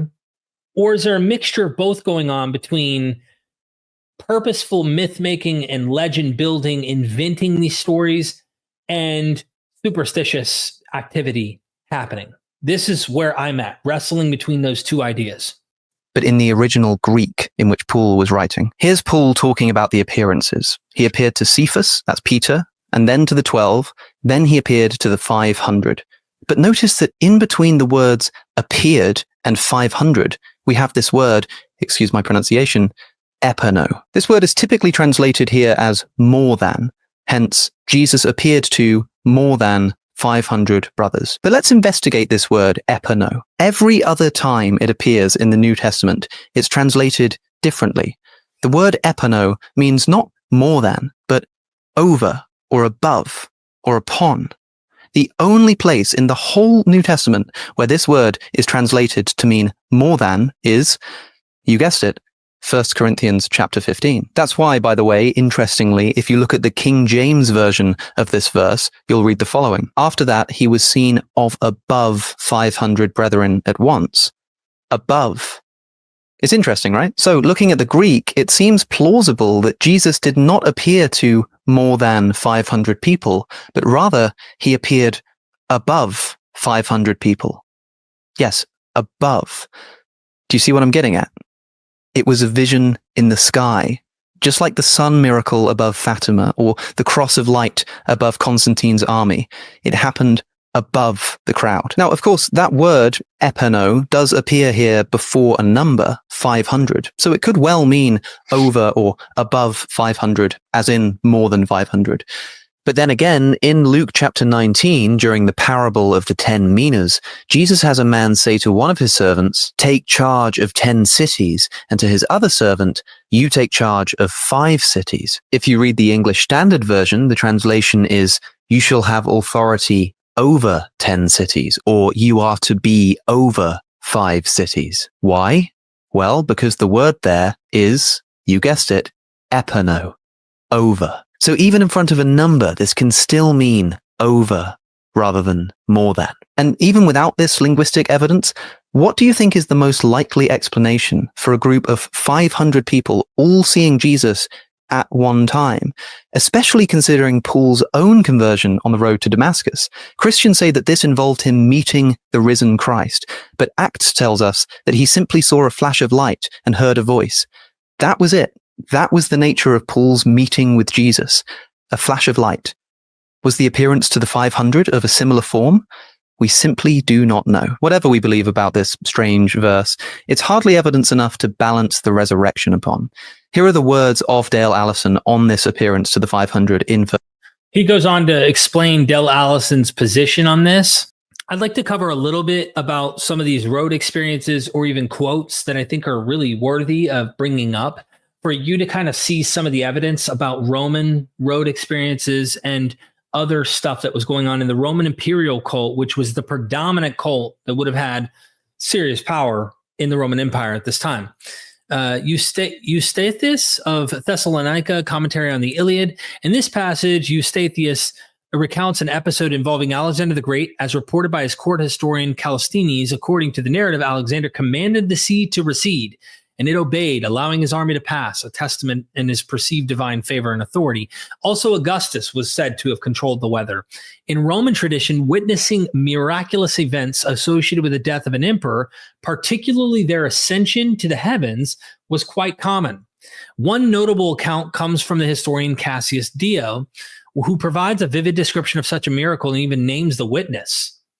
Now, these rumors began to be current at a later date. At the time, they declared Augustus immortal, assigned to him priests and sacred rites, and made Livia, who was also called Julia and Augusta, his priestess.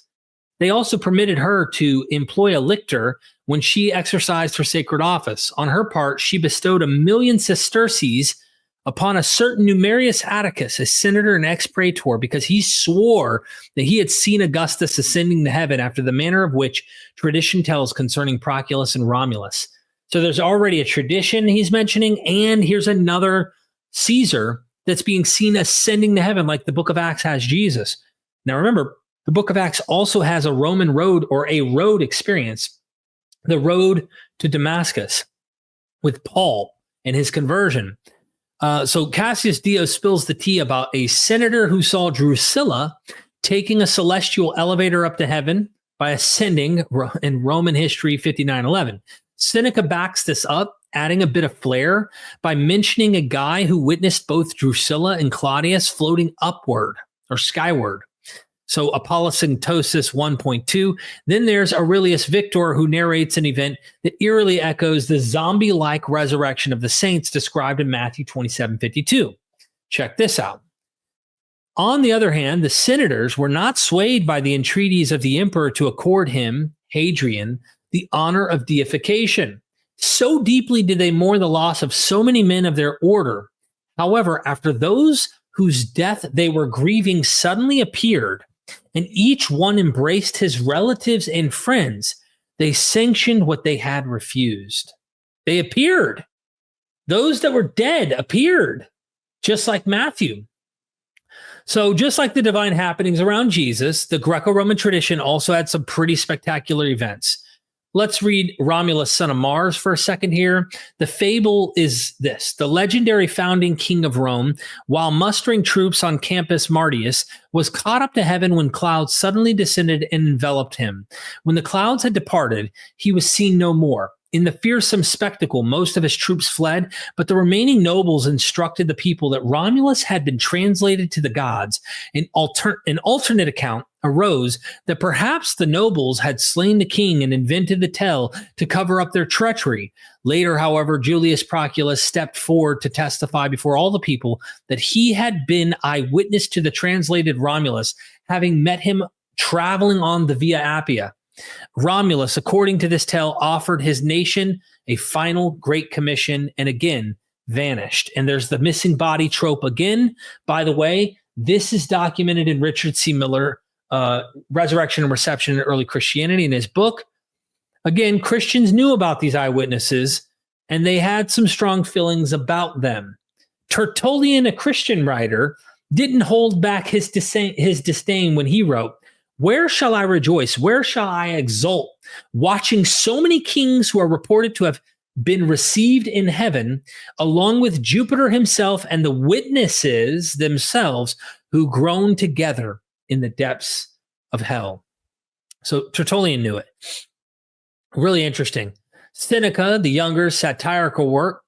Who has ever demanded eyewitnesses from a historian? If there were, nevertheless, a necessity to produce a witness, then ask the man who saw Drusilla going into heaven. The same fellow will say that he had seen Claudius traveling on the road with crippled legs. Whether he wants to or not, it is necessary for him to see everything that is translated into heaven. He is the watchman of the Appian Way, along which you know that divine Augustus and Tiberius Caesar went unto the gods. And of course, there's so much here. We went over Peregrinus. Ladies and gentlemen, I'm afraid that there's just too much material that we will never be able to get into of eyewitnesses, resurrected heroes, divine births, miracles that happen with people doing similar types of things that Jesus did, competing cults with different heroes. You just chose yours. And I'd love to get the opportunity to talk to someone like Rogan and to go into more of these accounts, discussing how common these legends, fables, tropes, myths were, and how the New Testament literally uses the same conventions, tropes, themes, narrative structures, theoxany, delayed recognition, feigned or not feigned, but translations that we see with Richard C. Miller. Man, if the world knew about this, I think they'd enjoy history in the ancient world a lot more, like I've come to do. But instead, they're getting the typical apologetic baggage. And I want the scholarly, critical, let's like all cards on the table, have fun with this material. Thank you, Alex O'Connor, for making such a cool video, responding very succinct, very precise. Very, very particular about the way that you approached it.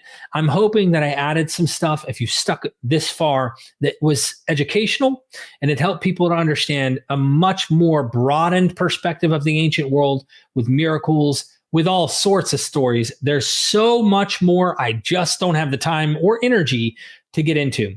Please subscribe to the channel, join our Patreon. Look, I'm wanting to start joining my Discord. We have a MythVision Discord. I'll put that in the description. I hope you'll join. Let's have a conversation. I'm not interested in any nonsense there, but you can also support our work. So hope you see you there, and I hope you'll support what MythVision's doing. Again, Thank you.